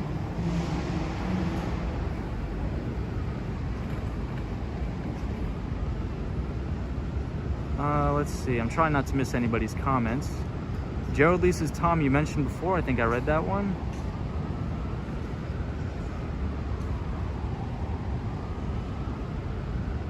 Girl in the Curl, we are a commercial contractor. That's very interesting. So do you work with a lot of big brands to run commercials and advertisements? Hey, Razzle Dazzle 786 is here. Says, Tom, thank you sincerely for being good-natured, positive, and a kind person. Thank you. You make effort to get to know your viewers and make everybody here feel welcomed. You rock. Well, you rock, Razzle Dazzle. So Razzle Dazzle is our pal. She is an MRI tech. So she works in the medical field. So thank you so much, Razzle Dazzle, and welcome everybody that's new to the chat. Gon says, I am on Ameritrade. Yeah, TD Ameritrade is another broker that sells the order flow, but I think that's actually a good thing. Hey, Orland Edwards, what's going on? Says, good night, Tom, and everybody in the chat. Hit the like button. Thank you so much. Orland, how was your day today? Hope it wasn't too busy, Orland. Hope you had a good day. We're just taking a break in Bryant Park. We were walking around for about an hour and 30 minutes, so I'm just taking a little bit of a breather.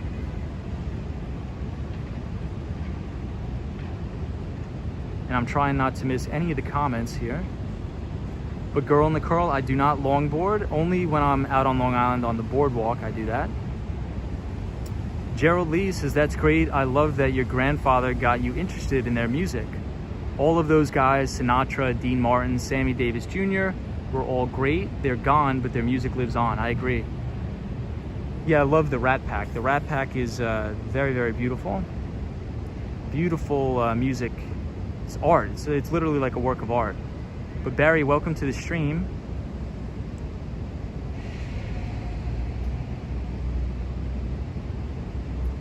Michelle McGraw says, I love it, but I do admit I got more benefit out of it when I wasn't working from home, because I downloaded a lot of audiobooks and stuff like that to listen to at work, and I didn't need Wi-Fi. Yeah, Michelle McGraw, I listen to a lot of audiobooks too. So we're here in Bryant Park. Hey, Arthur Lopez is here. What's up, Arthur? Arthur is one of our new viewers to the stream. Welcome, Arthur. We're just taking a little bit of a break here before we continue walking. But Arthur Lopez, hope you're having a great time. The ABX girl says, hi, insurance practices exams. Great catchy name. I agree. I love that name.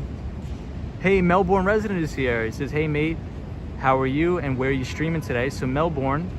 So everybody, if anybody is interested in Australia, please check out our pal Melbourne resident. He makes some amazing videos going around his hometown of Melbourne, Australia.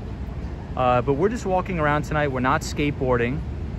So we're walking around tonight and talking about Robinhood, their new initial public offering. And we are at Bryant Park. So we're at 42nd Street and Bryant Park.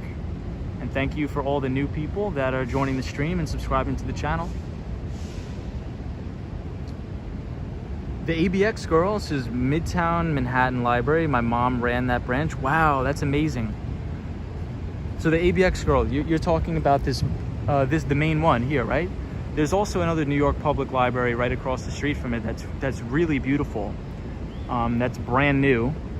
I have not been inside, but supposedly it's brand new and it looks beautiful in there. The Girl in the Curl says, we work out of California, New York, and Canada. Love that. Hopefully you get to travel a lot to New York.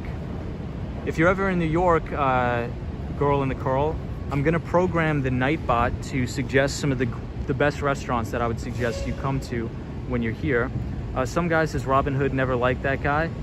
Turning around in green tights stealing from people. That's so funny. Yeah, Girl in the Curl, so happy we can travel once again. I actually just took my client out to lunch for the first time since the pandemic. If you can believe that. Mark Davis is from Canada. Happy Canada Day. It says, Google it, Wendy, or you might know about it.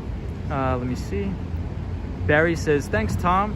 Hurricane season in the Atlantic Caribbean, rain all day. Yeah, Barry, we had rain all day today too. Sad says, can we see who the mystery guy is talking behind the camera? Yes, we can. I was on Fernando's stream the other day. Daniel G says, if you move a little bit to the left, you will appear on Bryant Park webcam. Tom, you're gonna have to set up a home studio to do your live shows in the winter months. Yeah, we'll see. Or maybe I'll be in Florida. Hopefully I'll be in Miami, Florida to do that.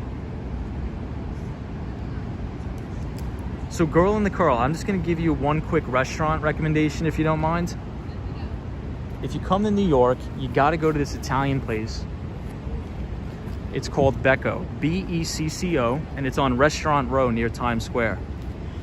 And when you go there, get the unlimited pasta. It's a very, very nice, really classic Italian place. They make 3 house pastas every day.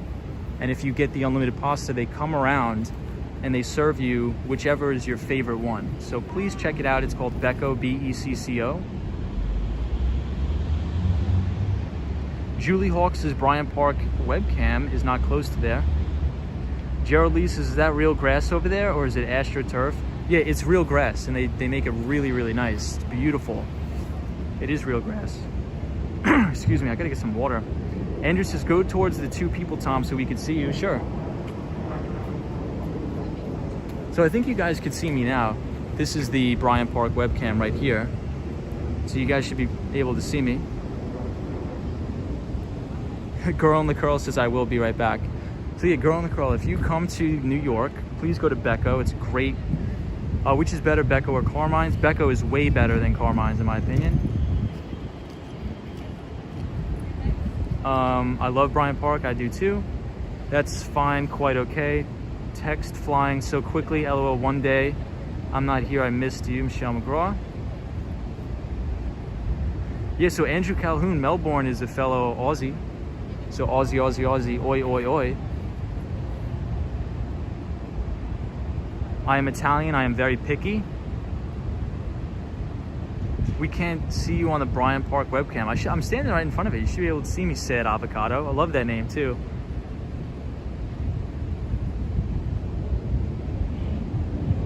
I'm in a blue hat. Need to put car away. Got it. Yeah, God loves 6980. Yeah, you see me. I'm right here. I have my hat on, so you should be able to see me just fine.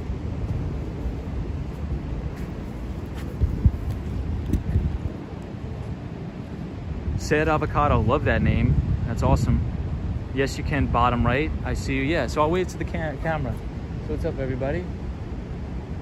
I hope you're well, and I hope you have a good Canada day. So I just waved to the camera, but now we're gonna get moving. There are 2 girls standing there, yes. Yeah, so if the web camera is right there, so if you guys can see me, I'm right here.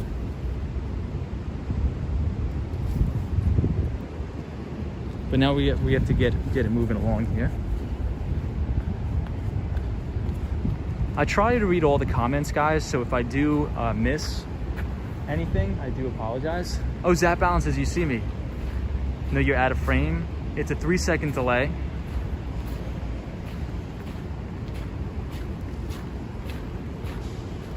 It's a 3-second delay, okay. Wow, look at how crazy green the grass looks.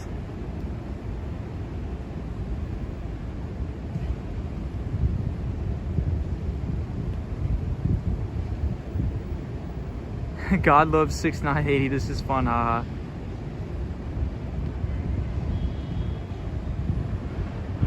Now I ask hubby to put the golf cart away. Yeah, yep, that's me, that's me.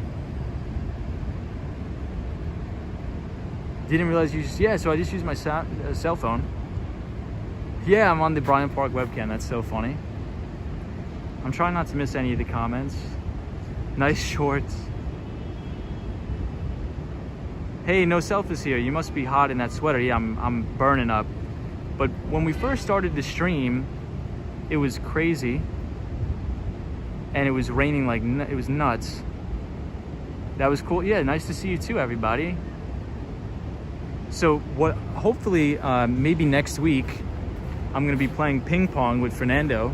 Hopefully he'll teach me how to play ping pong. So I think that would be fun. We may meet in Bryant Park and play some ping pong.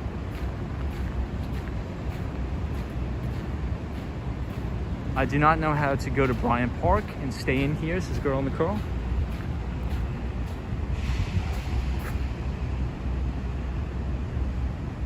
Sad Avocado says you look tall. I'm not that tall.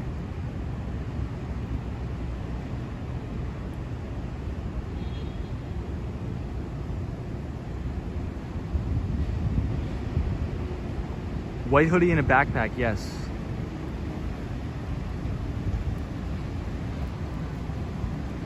I always bring the backpack just in case. I think the only time I saw you, Tom, was in Fernando's stream a few weeks ago, yes. Epic ping pong battle, yeah. It's going to be a good match. Yeah, I love ping pong and I don't know how to play it. So Fernando is supposedly the greatest of all time at ping pong. So I'm always in Bryant Park, so I'm down to play some ping pong. Is there water in the backpack? No, there's no water. But there is, I think there's a newspaper, a computer, and I used to keep an umbrella in there.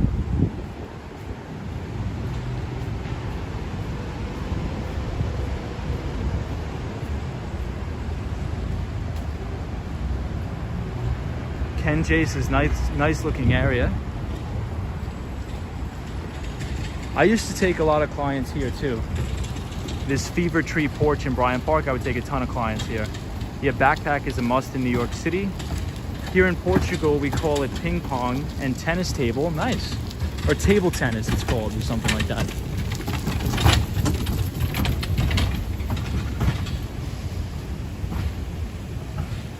Tom, Sunshine After Rain says, Tom, that tech podcast you were interviewed on? Yes, I was on a podcast.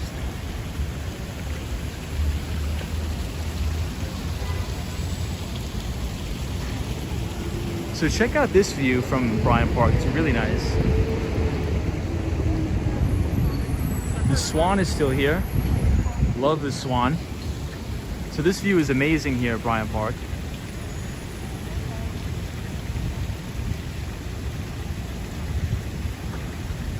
Oh, what was the podcast you were on, Tom? I was on Akram's Razor's podcast. But it's mainly about finance. Podcast about finance.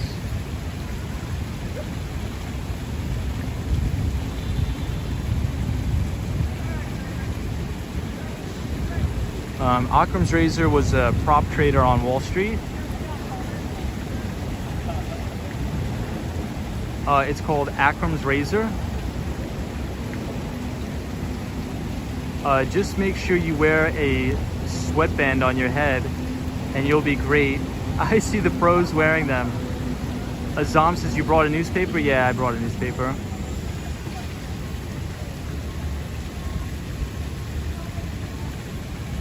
But it's beautiful here in Bryant Park. Yeah, we have a performer. So bright at this time, I know. I know, we could fold half the table up and practice by myself. Joe Hernandez says in the 70s and 80s, you needed to avoid Bryant Park. I heard about that. I heard that Bryant Park was not a good place to be in terms of like the crime and all of that. But this is One Vanderbilt. I think somebody was asking about it, but that is One Vanderbilt right there. But thank you for all the new subscribers. Thank you for everybody subscribing to the channel. I appreciate it. Hey, Julie says, I can imagine Fernando playing ping pong. I know, so funny.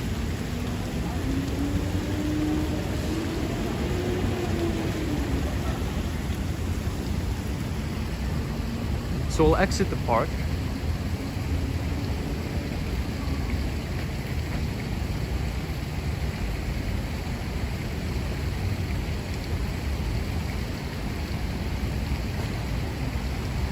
Girl in the Curl says, Michelle McGraw, I am on the computer, that's how I get IP.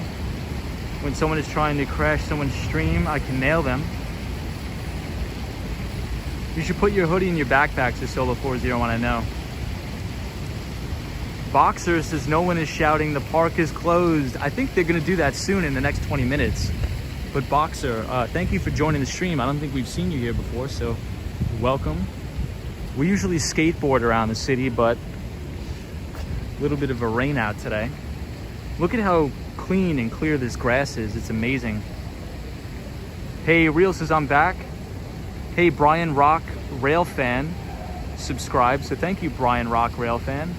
Welcome to the stream and welcome to the channel. We appreciate you. So this is the One Vanderbilt building, and this is the New York Public Library. God Love 6980 says you can't be there when it's closed. Yeah, Dina says the grass is beautiful. The Swan says a lot of guys today are so macho, loves flaunting themselves, very irritating. The Swan, we love the Swan. Brian Rock Rail Fan says, hi Wall Street Skate Bro, hi everyone. Yeah, Brian, so welcome to the stream. Good to have you here and nice to meet you, pal. Girl in the Curl, did you catch the fake Boogie Bob? It was a fake Boogie Bob? Don't allow Fernando to play with his cape or you're going to lose, says Arthur Lopez. That's funny. Get off my lawn, says Solo401. Wendy, yeah, isn't it nice? It's beautiful. It looks really, really beautiful here. The grass is like so pristine. I feel like I'm on a golf course. And look at the sky. When it rains and it's cloudy in New York City, it's beautiful.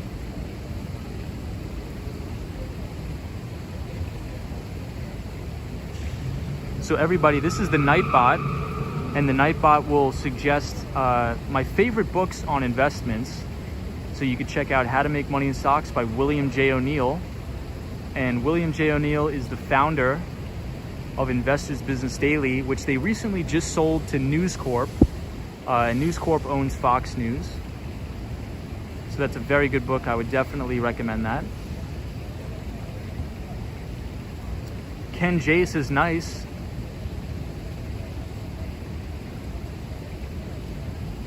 Michelle McGraw says, I know we had some in here a few nights ago. Oh, you're talking about the spammers? Yeah. Fernando, we were just talking about you. We wanted to play ping pong. So Fernando, whenever you're ready, let's play ping pong in the park. And you could teach me how to play. I don't know how to play, so.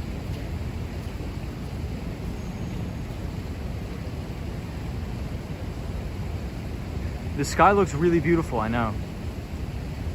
Zap Allen says, the grass is always greener on the other side. Love that, Zap Allen. Real says, the way the buildings disappears into the clouds, bro. I know, it's amazing. So anybody who's on the stream, please check out our friend Reels. Also check out Out and About and Fernando, super friends. Please check him out. Oh, the Swan, I know, yeah, you were talking about that guy. Yeah, the skateboarder, I wasn't talking about you. I was talking about that half human, half... I know, the Swan. It's beautiful in Bryant Park. I almost don't want to leave. Hey, the ABX Girl. So the ABX Girl is a relatively new viewer. She is from the Bronx and she worked on Wall Street for many years. So she always adds amazing insight to the stream. And we're so thankful to have her here. She says, no, she ran Midtown Manhattan that had a big overhaul. Across the street is the research building of New York Public Library. The ones with the lions are separate. Wow. Patience and Fortitude are their names. So she used to run the brand new one. That's awesome. Supposedly, you could actually go up on the roof of the brand new New York Public Library and read books and sort of work outside. It looks amazing up there. I haven't been, but I've seen some photos. I love to read. Yeah, Girl in the Curl. So if you're interested in that reading list, those are some amazing books. Really good books.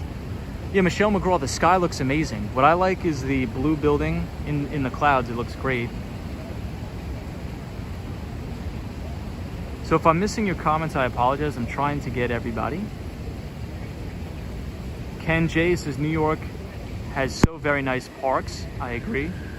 Hey, Joe Hernandez says at 1 a.m. the cops are going to tell you to leave. I know. Hey, Peace Ghost. Mark Davis is, Wendy, are you a big Stephen King fan of his books?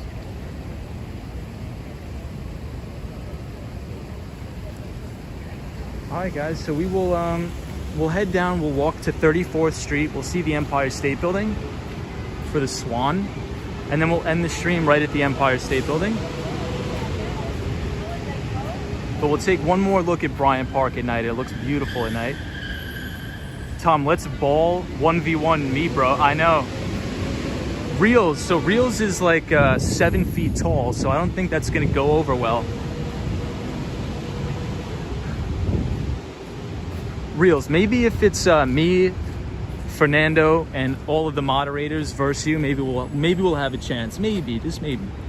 So maybe we'll try to do that instead.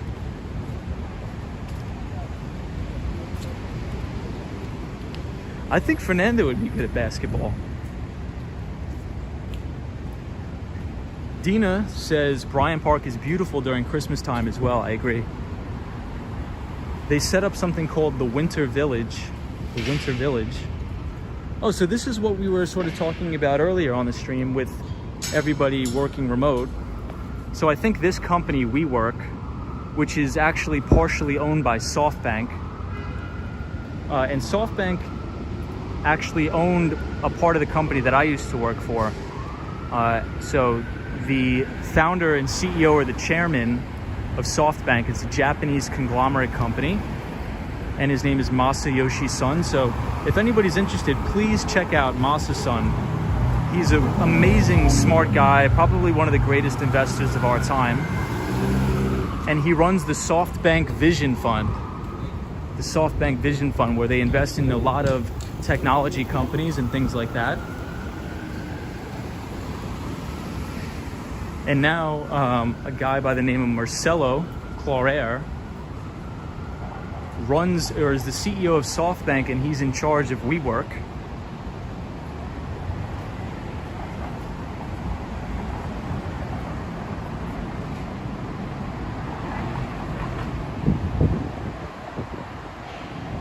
Real's a basketball player, good height. I'm 6 foot.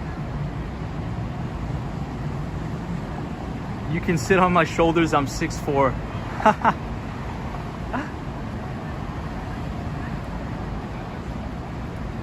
Hey, Michael DeCosta's here. What's up, Michael? Michael DeCosta is always in the chat. He helps us out by giving us time checks. But if anybody's interested, check out SoftBank. Very, very good company. Really like SoftBank. I don't think so. So WeWork is like an office sharing company. So for temporary office spaces. So if you're a startup company and you don't want to sign like a 36-month lease, you could just rent a space in a WeWorks building or a very small office, month-to-month leases. Sunshine After Rain says, Tom, what % is your phone on? I think we're good on battery, surprisingly. I know my battery is terrible. I'm really, really terrible with the battery. Recording, man. Hey, what's up? Action, man. What's going on, pal? What's up, man? Have a good one. But WeWork is interesting. I think it's a very good company. The old CEO was very, very irresponsible, and he almost ran the company into the ground. But I think under new management, it's going to do very well.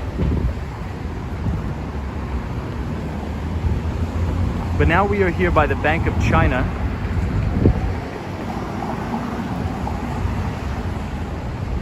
Yeah, Action Kid says WeWork owns a lot of commercial space. Yeah, Action Kid is right.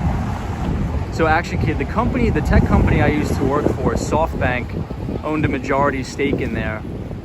So a lot of the times we would have all the executive team of SoftBank, including Masa-san, into our office, which was on 1166 Avenue of Americas, which WeWork was a very big failure, Action Kid. But I think now, due to the pandemic, I think there's going to be a big use case for WeWork, for very temporary office rentals. Why would anybody want to lease, sign a 36-month lease or a 40-month lease when you could just do month to month? So I think it's going to serve a use case, but right now the financials aren't doing too well.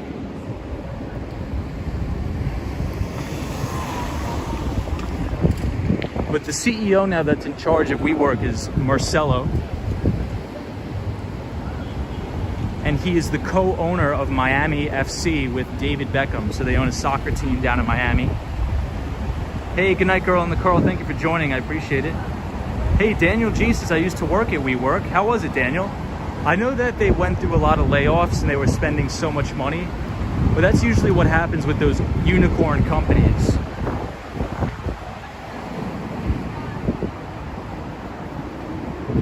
Hey, Patrice 2020.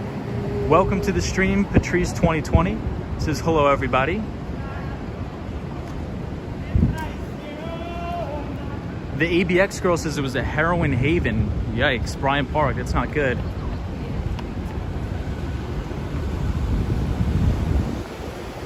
I'm trying my best to keep up on the comments, guys. I do apologize if I'm missing anybody. Yeah, bend it like Beckham. I love David Beckham.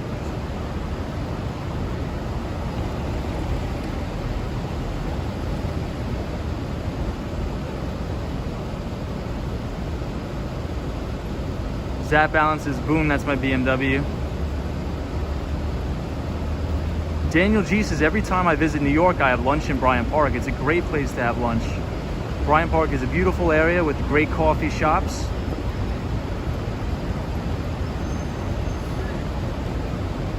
Zap balances, boom, that's my BMW.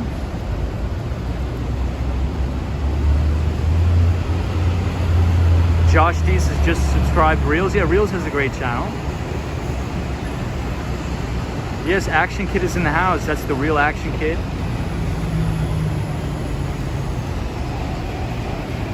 So everybody, please. Oh, actually, I programmed that into the Nightbot. So everybody, if you want to type exclamation point action into the chat, it'll drop Action Kid's link. So please check him out. So exclamation point action. It'll drop his link, and if you do exclamation point out, it'll drop Out and About's link as well. So exclamation point action and exclamation point out, and it'll drop both their links, and you can check them out. They're very, very nice people, very entertaining, and very informative and knowledgeable. Action Kid goes around on those electric scooters, which is wild. I don't think I could ever get on an electric scooter. I think I would be too scared, but he rips around the city. It looks amazing on the electric scooters. Really, really crazy stuff. It looks awesome. Maybe I'll try the electric scooter one day, but I'm just too afraid, if I'm being honest. I'd be too afraid to do an electric scooter.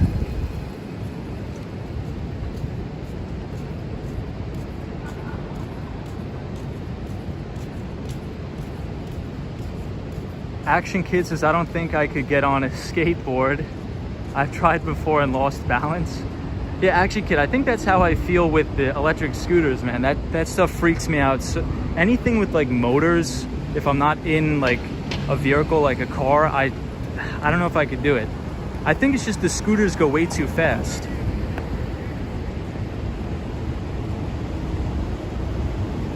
Hey, Alan Grace. What's going on, Alan Grace? Action Kid, I think you can learn how to skateboard. That would be cool, seeing an Action Kid going around the city on a skateboard. That'd be amazing.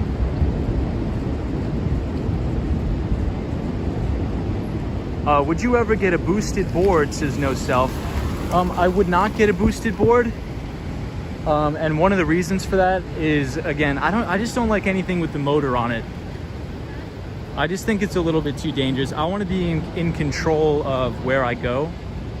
I don't want to, increase my speed, and I'd just rather take it nice, slow, and easy and get off the skateboard if I need to. But there's a lot of people that ride the boosted boards. Sierra Friend says, so cool to see Action Kid in the chat. Yeah, Action Kid is great. I actually watch Action Kid's second channel as well, where he does a lot of like food reviews at different places. We have a lot of cool content creators in here. David says, hello, is it weird if I let... Yeah, let's just keep it, the comments, good. Hey, November's here, says hello. Hello, November. Welcome to the chat, November. Sad Avocado says motor gives me anxiety. And it's starting to rain again, guys, so I gotta put the umbrella up. Action Kid says I'd rather have something with brakes. Andrew says I just went on my scooter. Hey, Jimmy Chicken Shack says woke up to an Action Kid video going to bed to a New York City stream. That's the way to do it. That's the way to do it. Jimmy's Chicken Shack, so thank you for being here. We usually go around on a skateboard in the city, but today it's raining pretty hard. And I'm trying to get to all the comments. I apologize profusely if I miss anybody, but it's difficult. So check this out. Has anybody ever been to Frankie Boy's Pizza? It's supposed to be very good.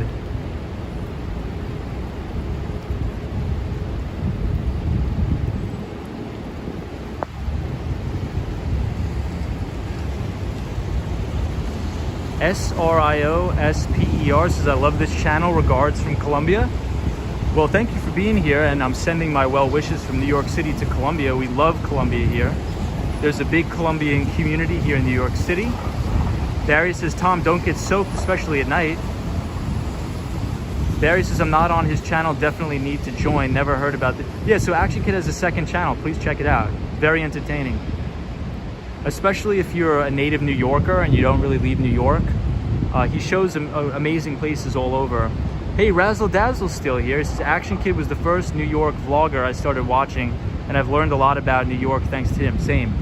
I would watch his streams when I was in my lecture halls in college. Don't tell any of my professors, please, but it was the truth.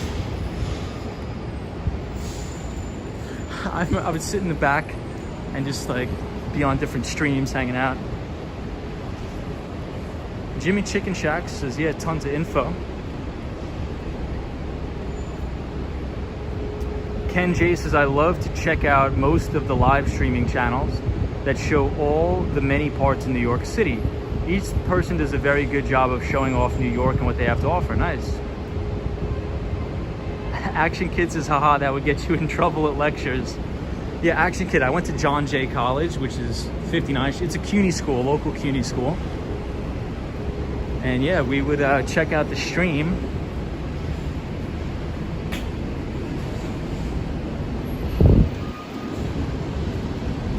So we're 36th and Broadway.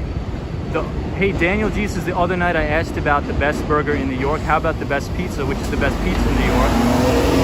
In my opinion, I think DeFara pizza is very good. So I would check out DeFara in Brooklyn, New York. Very good.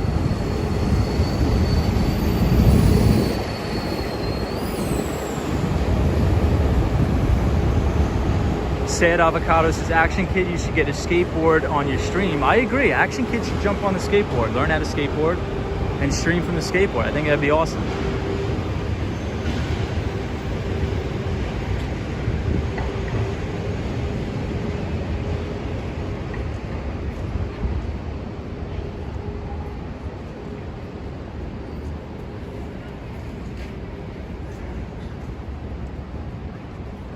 All right, everybody, so we are coming up on West 35th Street and Herald Square. So for the Swan, if the Swan is still here, I'm not sure if the Swan is still watching, but everybody, please.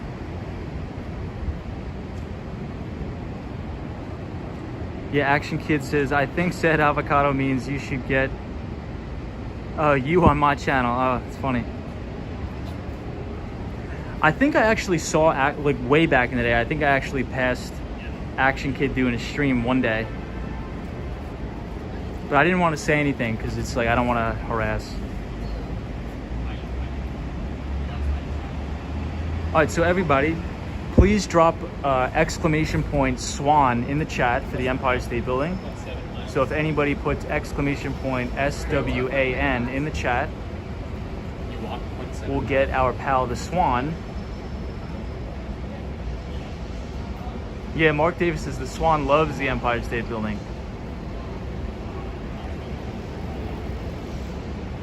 beautiful night out. So SWAN. So Empire State Building equals signpost equals know where you are. So there we go, the swan. It's the swan's favorite saying in the world. He loves that.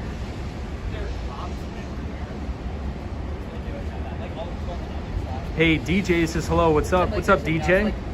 Welcome to the stream. We're just walking around New York City tonight. We usually skateboard, but around the city, but it is a rainy night, so we can't. Do you know a YouTuber, Elliot Choi? He skateboards in New York City. Yes, and he's a great skater. He's a great skater. Joe Hernandez's best pizza, Papa John pizza. So funny.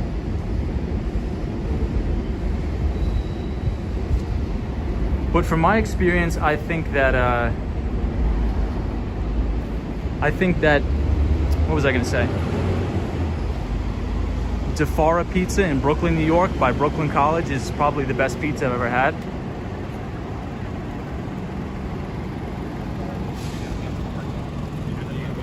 So we're here at 34th Street, outside of the Macy's at Herald Square.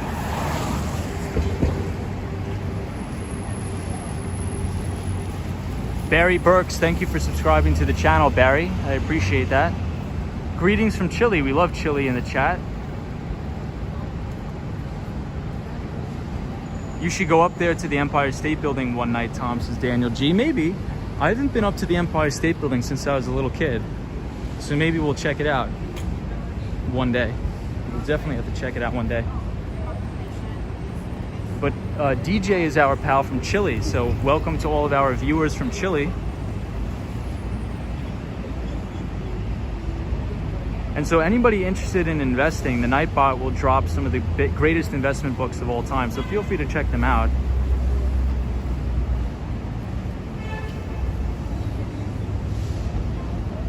Patrice 2020, how are you? Welcome to the stream.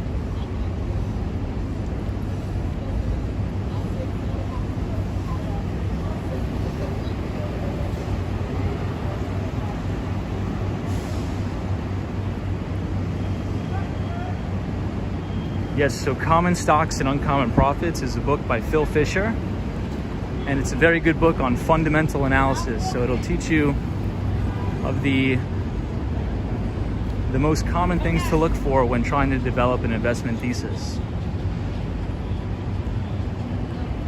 And also Peter Lynch, One Up on Wall Street, is an extremely good book.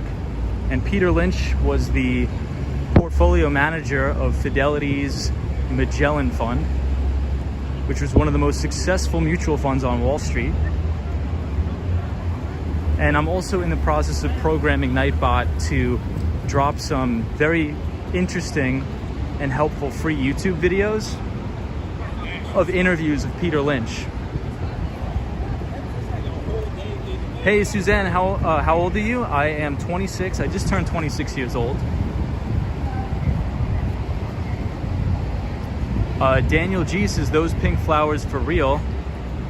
Hey, Champagne says, good night, everybody. Well, thank you for joining the stream, Champagne. Tom, what's your opinion on Dogecoin?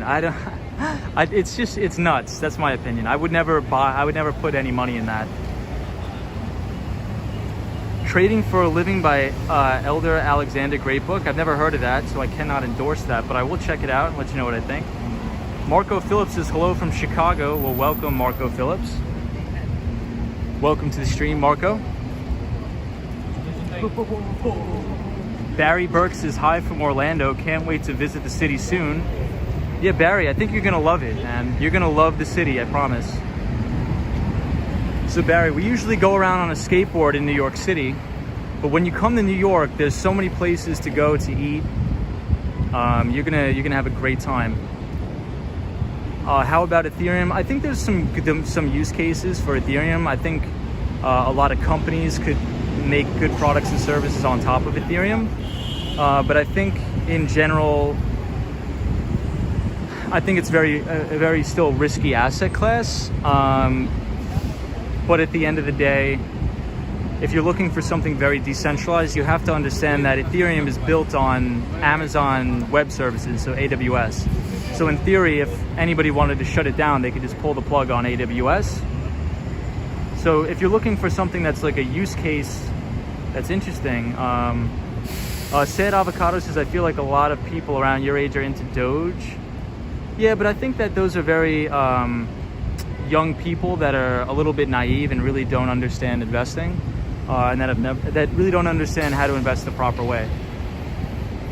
Daniel G says, one night we should talk about crypto. Yeah, maybe one night we'll have that a topic on the stream. Hey, Andrew Calhoun says 150 viewers. Wow. Thanks, everybody. Susan says 26. Yes, I'm 26 years old. I just turned 26. So a lot of people my age, Susan, yeah, that's true that they like to invest into like these penny stocks or all these crazy meme stocks. But that's really, over time, they're going to lose all their money. What you want to do is you want to look for companies that have a disruptive product in a growing total addressable market, or your TAM, that's growing their revenue and their earnings. And I think that's one of the reasons why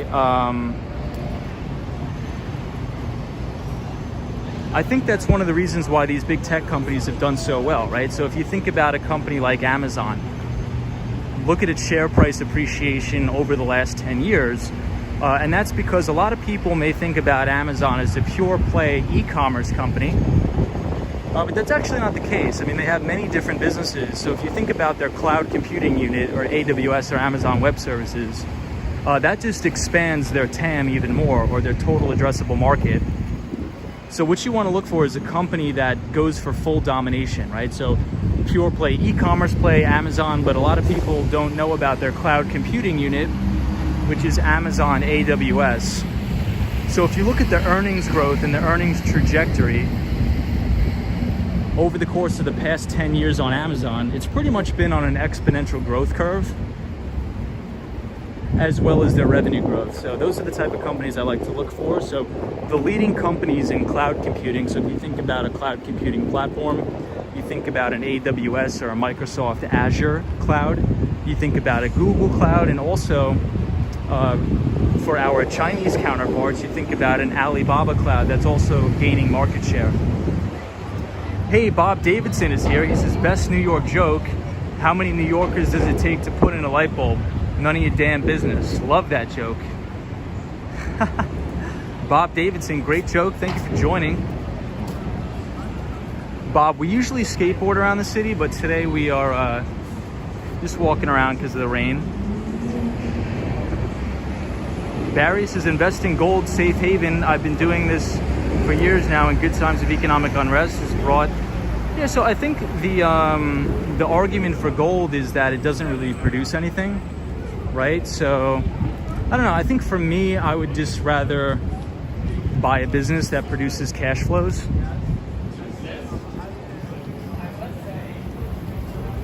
But that's just my opinion. But I do agree that everybody should probably own some precious metals.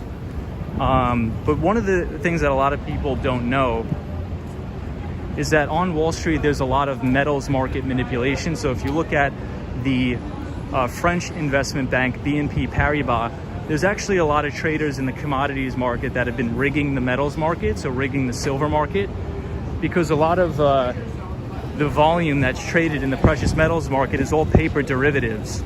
So silver is traded via derivatives. So the majority of the silver contracts out there aren't actually backed by physical silver. So JP Morgan or a big investment bank could just dump all this paper, quote unquote, paper silver on the marketplace. And so I think that's why you have it creates what's called inverse bubbles, right? So you can consider now, like, the housing is in technically a bubble because of the Federal Reserve artificially keeping interest rates at rock bottom levels, and things like that. But that's another conversation for another night. Maybe we'll make that for a different stream. But it's a good point.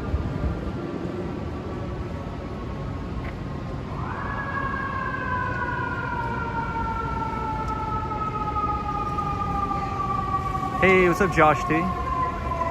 Yeah, so if anybody wants to look into that, JP Morgan and BNP Paribas, a lot of their traders or a lot of their commodities traders have actually Well, they will never go to jail because white collar crime you never go to jail for. But these banks pay billions of dollars in fees per year for rigging precious metals markets.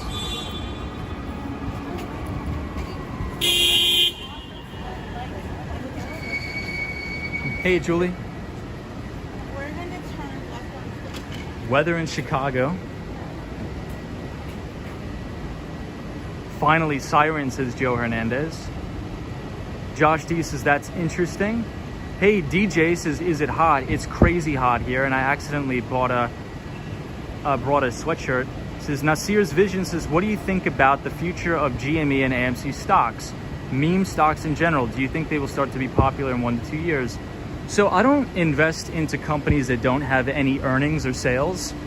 So essentially, but here's something interesting that a lot of people need to understand about sort of like GameStop and AMC. Because what's interesting now is that due to the price appreciation of that stock, the company could actually issue additional shares and sell stock. So if you look at the balance sheet now of AMC and GameStop, they've actually paid off all of their debt and they're very cash rich right now due to all of this crazy debacle that's been going on Wall Street, due to all of like the crazy, the meme stuff. So if you think about it, that's sort of what a market is for, right? The market is for companies to raise money, to go into the equity markets and raise money. So it actually is putting these companies at a little bit of an advantage, but I would never invest any of my money into GameStop or AMC. But if you look at what they did, the management teams did over the past couple weeks, is they've actually been selling a lot of shares and raising a ton of cash, and they use that cash to actually improve the status of their balance sheet, pay off a lot of debt, and increase, hopefully increase some of their R&D spending or research and development. So we'll see. But I would not get involved in any of the sort of meme stocks. I think the majority of people will lose all their money.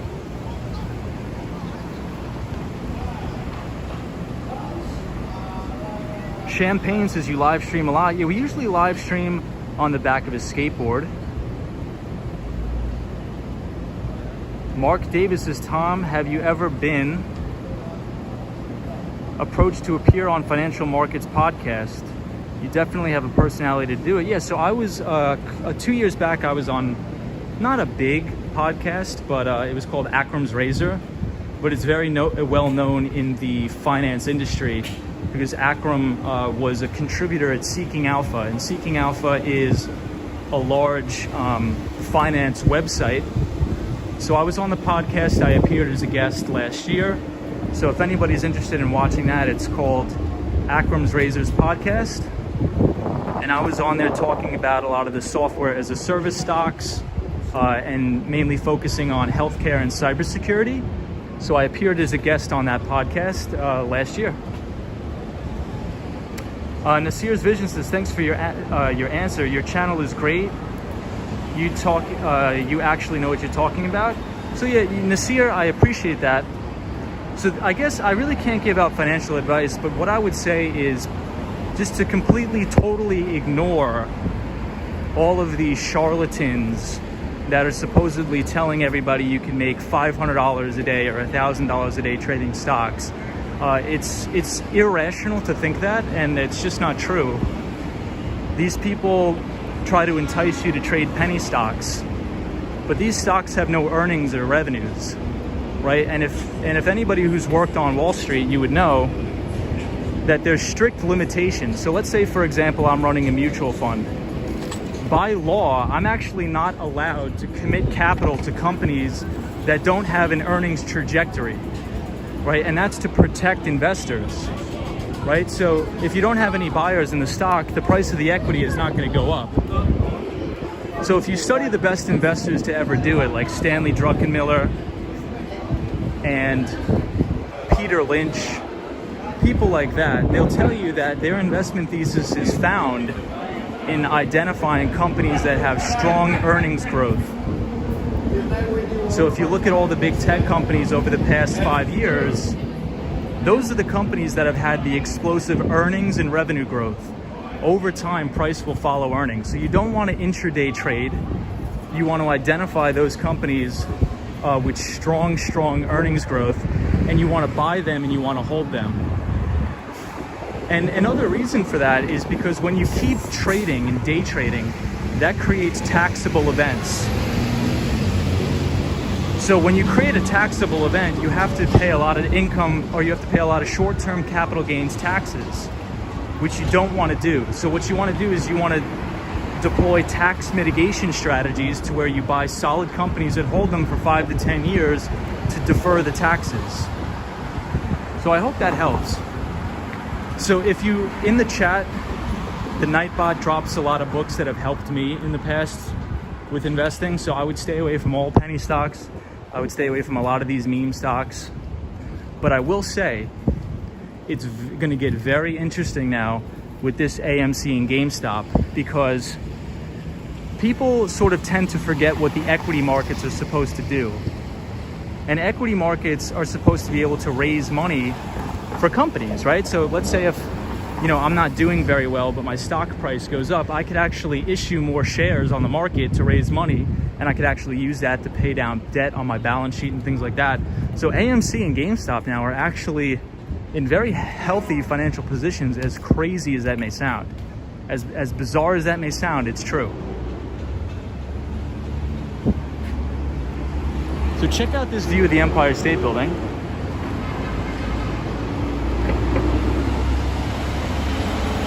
Hey, Five is here. What's up, Five? Says, what's your dream tech company? No fintech. My dream tech company? To work at? I want to work at CrowdStrike or Zscaler. But I own my own company, like my own business consultancy. But if I was ever going to work somewhere, I would want to work in the cybersecurity space. So I would work at a company like CrowdStrike, Zscaler, Ping Identity, or Okta. And I'm very interested in the cybersecurity space in the specific niche of identity and access management, or it's called IAM. And the two competitors in identity and access management is a company called Okta and a company called Ping Identity. And Ping Identity was actually brought public to market by Vista Equity Partners. So if anybody's interested in that, we'll go, check that out on another stream, but I could go down a rabbit hole with that. But those are two very good companies in the identity and access management space in cybersecurity.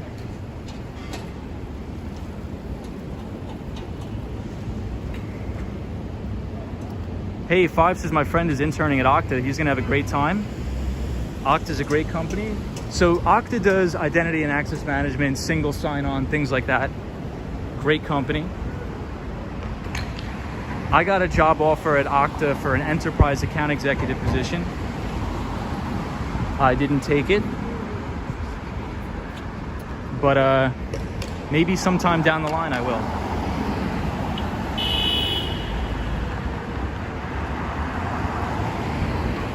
Nasir's Vision says, I'm going to subscribe to your channel. Great stuff. Oh, thank you, Nasir's Vision. I appreciate that. That's very nice of you. Sunshine, New York says it's pouring over here. It's headed your way.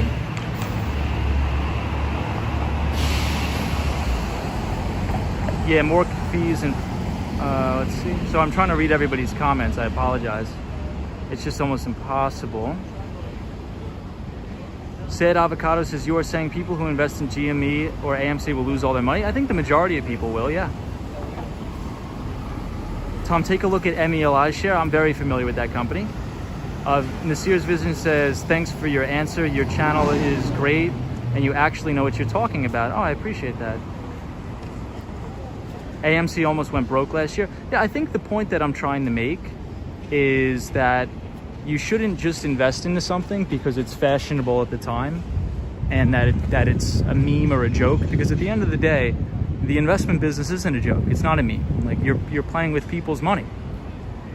Right, this is real, people work hard for their money, and you shouldn't just throw it away at companies that don't have any earnings or sales. But like, again, I don't think it's investable. Why would I invest into, an AMC or a GME when Google is growing their earnings at a 25% compounded rate? and they're issuing $60 billion in share repurchase programs. Like, it's just all about what is a better investment. But I think it's going to be interesting to see what GameStop and GME do, because again, like I said, if you want to do some research into this, they're actually selling a lot of stock and paying off a lot of their bad debt on the balance sheet. So very interesting. Mark R. Davis is out and about, and I work in that industry, but on the medical side. Sounds good. My only dream company is Apple. Five. Apple's a great company to work at. You make a lot of money. So I think our friend Five, if I remember correctly, is doing an internship at, damn, I have to remember this. I will remember this. VMware. Am I right? Five? You're doing an internship at VMware? I try to remember every single person that's ever joined the chat. I have a pretty good memory. So Five is our pal. He's doing an internship at VMware. I think it's VMware, right? Or Scale Fusion? No, my number one pick is VMware. My opinion is AMC has turned into a movement of fighting market manipulation and calling for a more transparent market. Yeah, said avocado. I don't agree with that, because I think when you really understand what's going on and not just about what CNBC is saying, and that was sort of about our topic of today, right? About everybody hates Robinhood because they think they're this big evil company because they're selling their order flow to big quantitative firms on Wall Street. But that's the business model. I mean, Robinhood's business model is, hey, we will give you commission-free trading, but it's not like Robinhood is a non-for-profit company and they're doing this out of the goodness of their heart. You know, they need to make a profit somehow. So the way they do that is by selling the order flow. And this has been going on Wall Street forever. So when you place an order on Robinhood, what happens is it routes to a quantitative firm on Wall Street or a market maker. And the main market makers are Citadel, Two Sigma, Jump Trading, and I have many friends that work at these firms. And the reason why they do that is because the order flow will be sold to a market maker, will then take a small fee between the bid and the ask called the spread. And that way, Citadel can say, hey, Robinhood, if you send me all of your clients' order flow, I'll pay you $2 million a year or whatever it is, right? And then Citadel can then employ their trading tactics, which is their algorithms and their quantitative-based trading to make a market. It's called market making. And they take the spread between the bid and the ask, and in which case you don't have to pay a commission. So quantitative trading is driven down the commissions on Wall Street, and it's true. And I think that's very good for the average retail investor, because at the end of the day, let's face it, the retail investor isn't losing money in the stock market because they're paying commissions, right? You're losing money because you're buying companies that don't have any earnings, and you're buying things that are memes, right? So all of the big brokers sell order flow. TD Ameritrade sells order flow. Robinhood sells order flow. So it's not some big innovative business. It's just like they market it to people that think investment is a game. And it's not a game. It's not a joke. You're going to lose all your money, and it's terrible. It's terrible what's going on. But that also has to do with the Federal Reserve and stuff like that. But sorry about me. When I ramble a lot, so I apologize, everybody. Barry says, I deal with that every day. I teach people to trade for a living. Okay. Brandon Z says, what strange, lucrative website for stocks?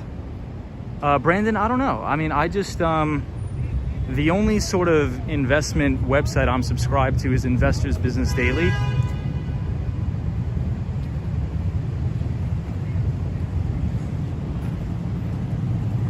Hey, Fernando says, this is deep.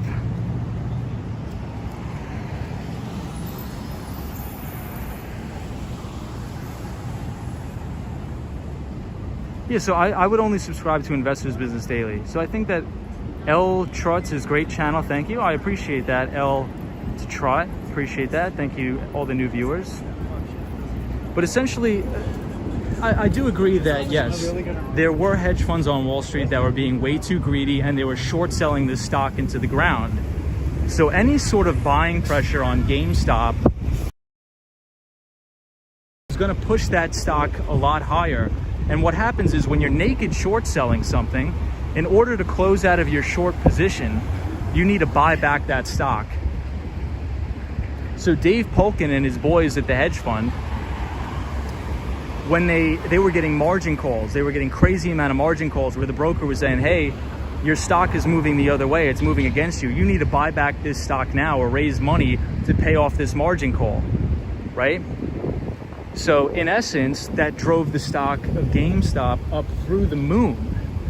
Not because of people buying that thinking it's a good investment, but of all the short sellers covering their short position. But it's very interesting. And sorry I'm not getting to everybody's comments tonight. I don't know how I'm gonna read all these comments on the skateboard. Mustafa, hey, Mustafa's here. He's our pal from Boston. He's actually moving to New York City. Says, do you think the space industry is a good investment? Congrats on your streams, by the way. Yeah, I think space over time will be a great investment. You know, if you just follow the greatest thinkers of all time, so Elon Musk and Jeff Bezos, where do they all want to go? They all want to go to space. So I think follow that money for sure. Sad Avocado says, interesting. What do you think about the people who made a lot of money from GameStop then? I think they're great. I think that they deserve the money, and I think that they should take their money and enjoy their life. Hi, what time is it? I forget. I don't know what time it is. But Gori, Dewey, Natalie, thank you for being here. Michelle McGraw says, you won't be able to read them all, Tom. It's okay, just do what you can. It's okay, it's impossible. Yeah, but I feel bad though. I don't want to ignore anybody. I'm not doing it on purpose. So this view is really, really amazing. The Empire State Building is in the clouds. Really nice. But Brandon Z, I would say Investors Business Daily. This is a very good website for the stock market. Ken J says, thank you, Wall Street Skate Bro, for a very nice stream. I've subscribed. Thank you so much. Thank you, Ken. Thank you, everybody, for subscribing. I appreciate it. Sunshine New York says, I'm always suspicious.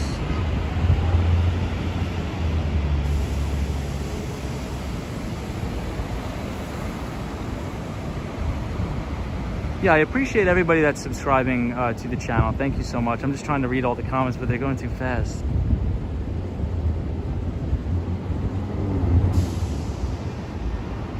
But said Avocado, I congratulate everybody who made money in GameStop. I think it's amazing.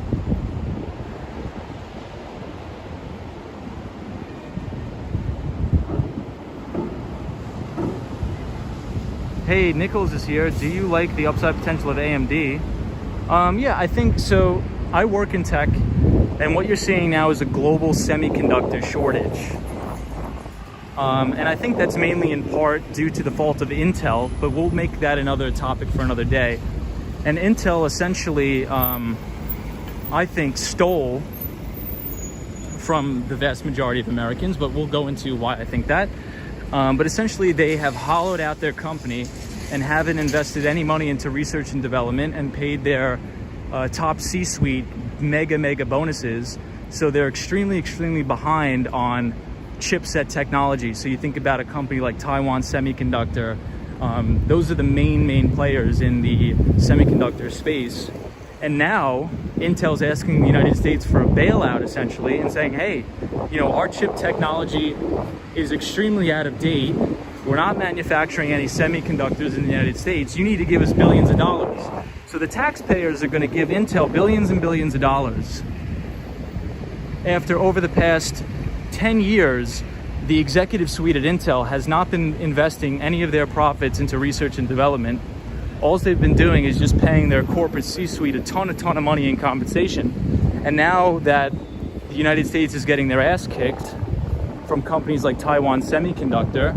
Now they want to ask the American people and the American taxpayers for a bailout and saying, look, you need to give us billions of dollars so we can fund research and development into making new chips, new chipsets for a lot of these products and services, or else all of the manufacturing will be done in Taiwan and China, and the United States isn't going to be competitive. So I think, yeah, that's what I think about that. But there's a massive, massive chipset. So I think that the semiconductor industry will be in very high demand, especially as we make our way into the age of artificial intelligence, machine learning, and electric vehicles. I actually just read an article that Ford had to shut down one of its manufacturing plants because there was no chips to make these vehicles. So there's a global semiconductor shortage.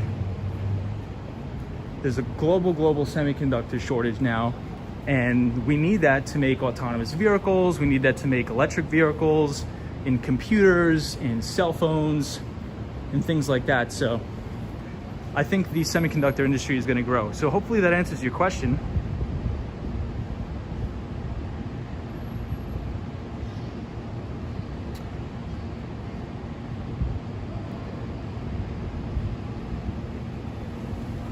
All you need now is a bat signal in the sky. This is Ken J. Cosmos Scariest is 8 subs away from 500. Wow, that's crazy. Thank you, everybody. Desha Vortinich says, where is 5th Avenue?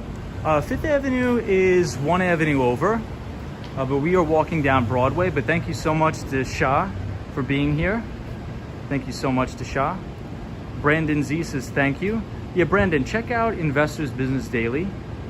It's a great, great investment newspaper. And it was started by a man that's named William J. O'Neill. And William J. O'Neill is probably arguably the best position size trader of all time. And he did studies on what makes stocks go higher over time. And he details it all in his book, How to Make Money in Stocks. And they just sold their company to News Corp. And News Corp, I believe, owns Fox News and New York Post, I believe. Yeah. Kim Grant says, I subscribe. This is fascinating. Wow, Kim, that was so kind of you. Well, everybody that's here, welcome Kim to the chat. Kim, we're so happy to have you here. And that's very kind of you to say that to me. Thank you so much.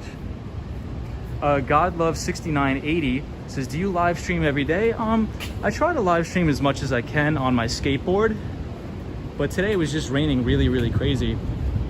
So I would say about 5 times a week. I try to do that.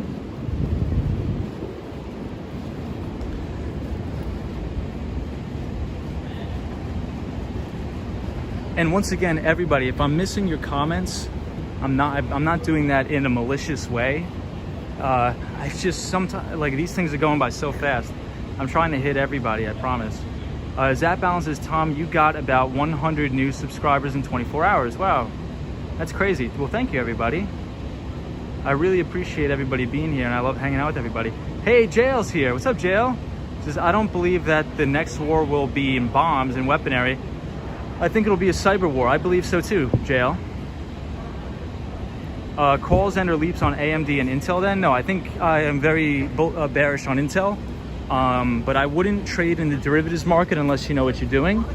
Mustafa, I think a lot of people don't really understand how the options market works and how the options market is priced. Yeah, and I think that's another sort of knock on Robinhood, because a lot of kids just sign up for a Robinhood trading account, but they have no idea how options are priced. And if you don't know how options are priced, you're not going to make any money in the options market.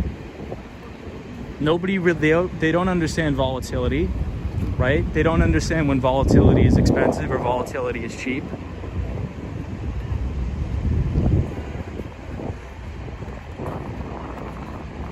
So in the options market, maybe we'll make another whole live stream talking about the derivatives market, more specifically the options market, so puts and calls and things like that. But essentially what makes up the pricing of an option are a couple things. So delta, theta, vega, and rho. And theta is the time decay. And usually when volatility is high, so you can consider, around an event like an earnings or something like that, options will be priced at a higher price due to the probability of a big move. So around like an earnings event or something like that. So the market makers are not dumb. Usually most options are priced accordingly. So anybody who's really trying to arbitrage options are probably not going to make money. Nicholas says, thanks for responding to my AMD question. I read AMD had a hand in Windows 11 preaching about the Greeks, my man. Yeah, I think that, Nichols, I think a lot of people they don't understand. That's sort of one of the reasons why I made the channel, because I'm seeing like so much just egregious speculation on Wall Street, where people are buying these penny stocks and all of these memes and these like Doge stuff. And that's not how real investors invest. So if you study the best asset managers of all time, like a Stanley Druckenmiller or a Peter Lynch, their investment thesis is they look for companies that are growing their earnings and their revenues, and they have good return on equity, and they have positive free cash flow, right? So when a lot of these people preach about, oh, here's the next, I'm going to send you a text via an alert system and then you'll buy the stock, that's not how the investment business works. It's kind of crazy to think that anybody could ever make money like that. It's actually really, really bizarre. So I think I'm going to end the stream here, but I appreciate everybody joining. I do want everybody to watch this interview with Stanley Druckenmiller, and he goes into detail explaining the Federal Reserve, how they're leaving interest rates at bottom of the barrel levels, artificially inflating asset prices. So please, in the chat, if you type !Druck, D-R-U-C-K, please take about an hour out of your day and listen to that interview. He is one of the greatest investors of all time, Stanley Druckenmiller. Please check it out. Hey, Sierra Friend says, thanks for another great stream. Tom, have a great weekend. Sierra Friend, you too. Have a great 4th of July. Please, everybody, be safe. It's the 4th of July. There's going to be a ton of people out here. Mustafa says, thanks, Tom. That would be nice to have a stream one day talking about the Black-Scholes model and options pricing. Yeah, we could go into that. But so one of my friends that I know, Raj Malhotra, he used to run the derivatives desk at Bank of America in Nomura. And the Black-Scholes model isn't the only thing you need to know to make money in options, but I don't really trade options. I just use options as a hedging mechanism to my portfolio. I do not trade equity derivatives products. Hey, Margarita Ortiz is here from Texas. What's going on? Hey, Cosmo, thank you so much. Nichols, thank you for joining the stream, my friend. Good to see you on here, and I hope you're having a fantastic week, and please be safe. Everybody that's new. Hey, Kim Grant. Hi, everybody. Hey, Kim. Champagne, how are you? Zap Allen, thank you for joining. Hey, the ABX girl is here. So ABX girl is our pal from the Bronx. She actually worked on Wall Street for many years, so she knows. Said Avocado says, thank you for an informative stream. Cheers. Well, thank you, everybody. Don't forget to hit the like button and subscribe, says Joe Hernandez. Chandra Kim says, hey there. Hey, Chandra, we're just actually about to end the stream, but I appreciate everybody that's here. I appreciate everybody joining the channel, and I will see you all in the next one. Please have a very safe 4th of July. And anybody that's from Canada, please have a great Canada Day. Daryl says, do you know of Action Kid? Yeah, Action Kid was just in the chat. He was just here. Action Kid is here in the chat, I believe. Yeah, so LTCHORT. Please check out that interview with Stanley Druckenmiller and do a lot of research into this guy, Stanley Druckenmiller. He is the greatest investor of all time. He has a wealth of knowledge. And so that's what we do here on the channel. We skateboard around, we talk about investments, we talk about great coffee shops in the city. So thank you, everybody. Good night, Daniel G. Have a good one. Mark Davis, thank you so much for being here. Zap Allen says, have a safe weekend, Tom, and 4th of July to all Americans. Zap Allen, thank you for being here. Julie says, oh yeah, happy Canada Day to all the Canadians. Julie, thank you so much for being here. I appreciate it. Gerald Lee, always a pleasure having you here, my friend. Barry, thank you so much. Barry, thank you. Hey, Roy J is here. Roy, welcome, and have a good one. JL, thank you so much for being a moderator.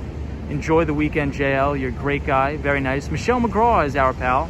Thank you so much, Michelle, for being here. As always, Sunshine, New York, thank you for being a great moderator. Out and About, thank you so much. Mark, Andrew from Australia, thanks so much. Out and About, we appreciate you.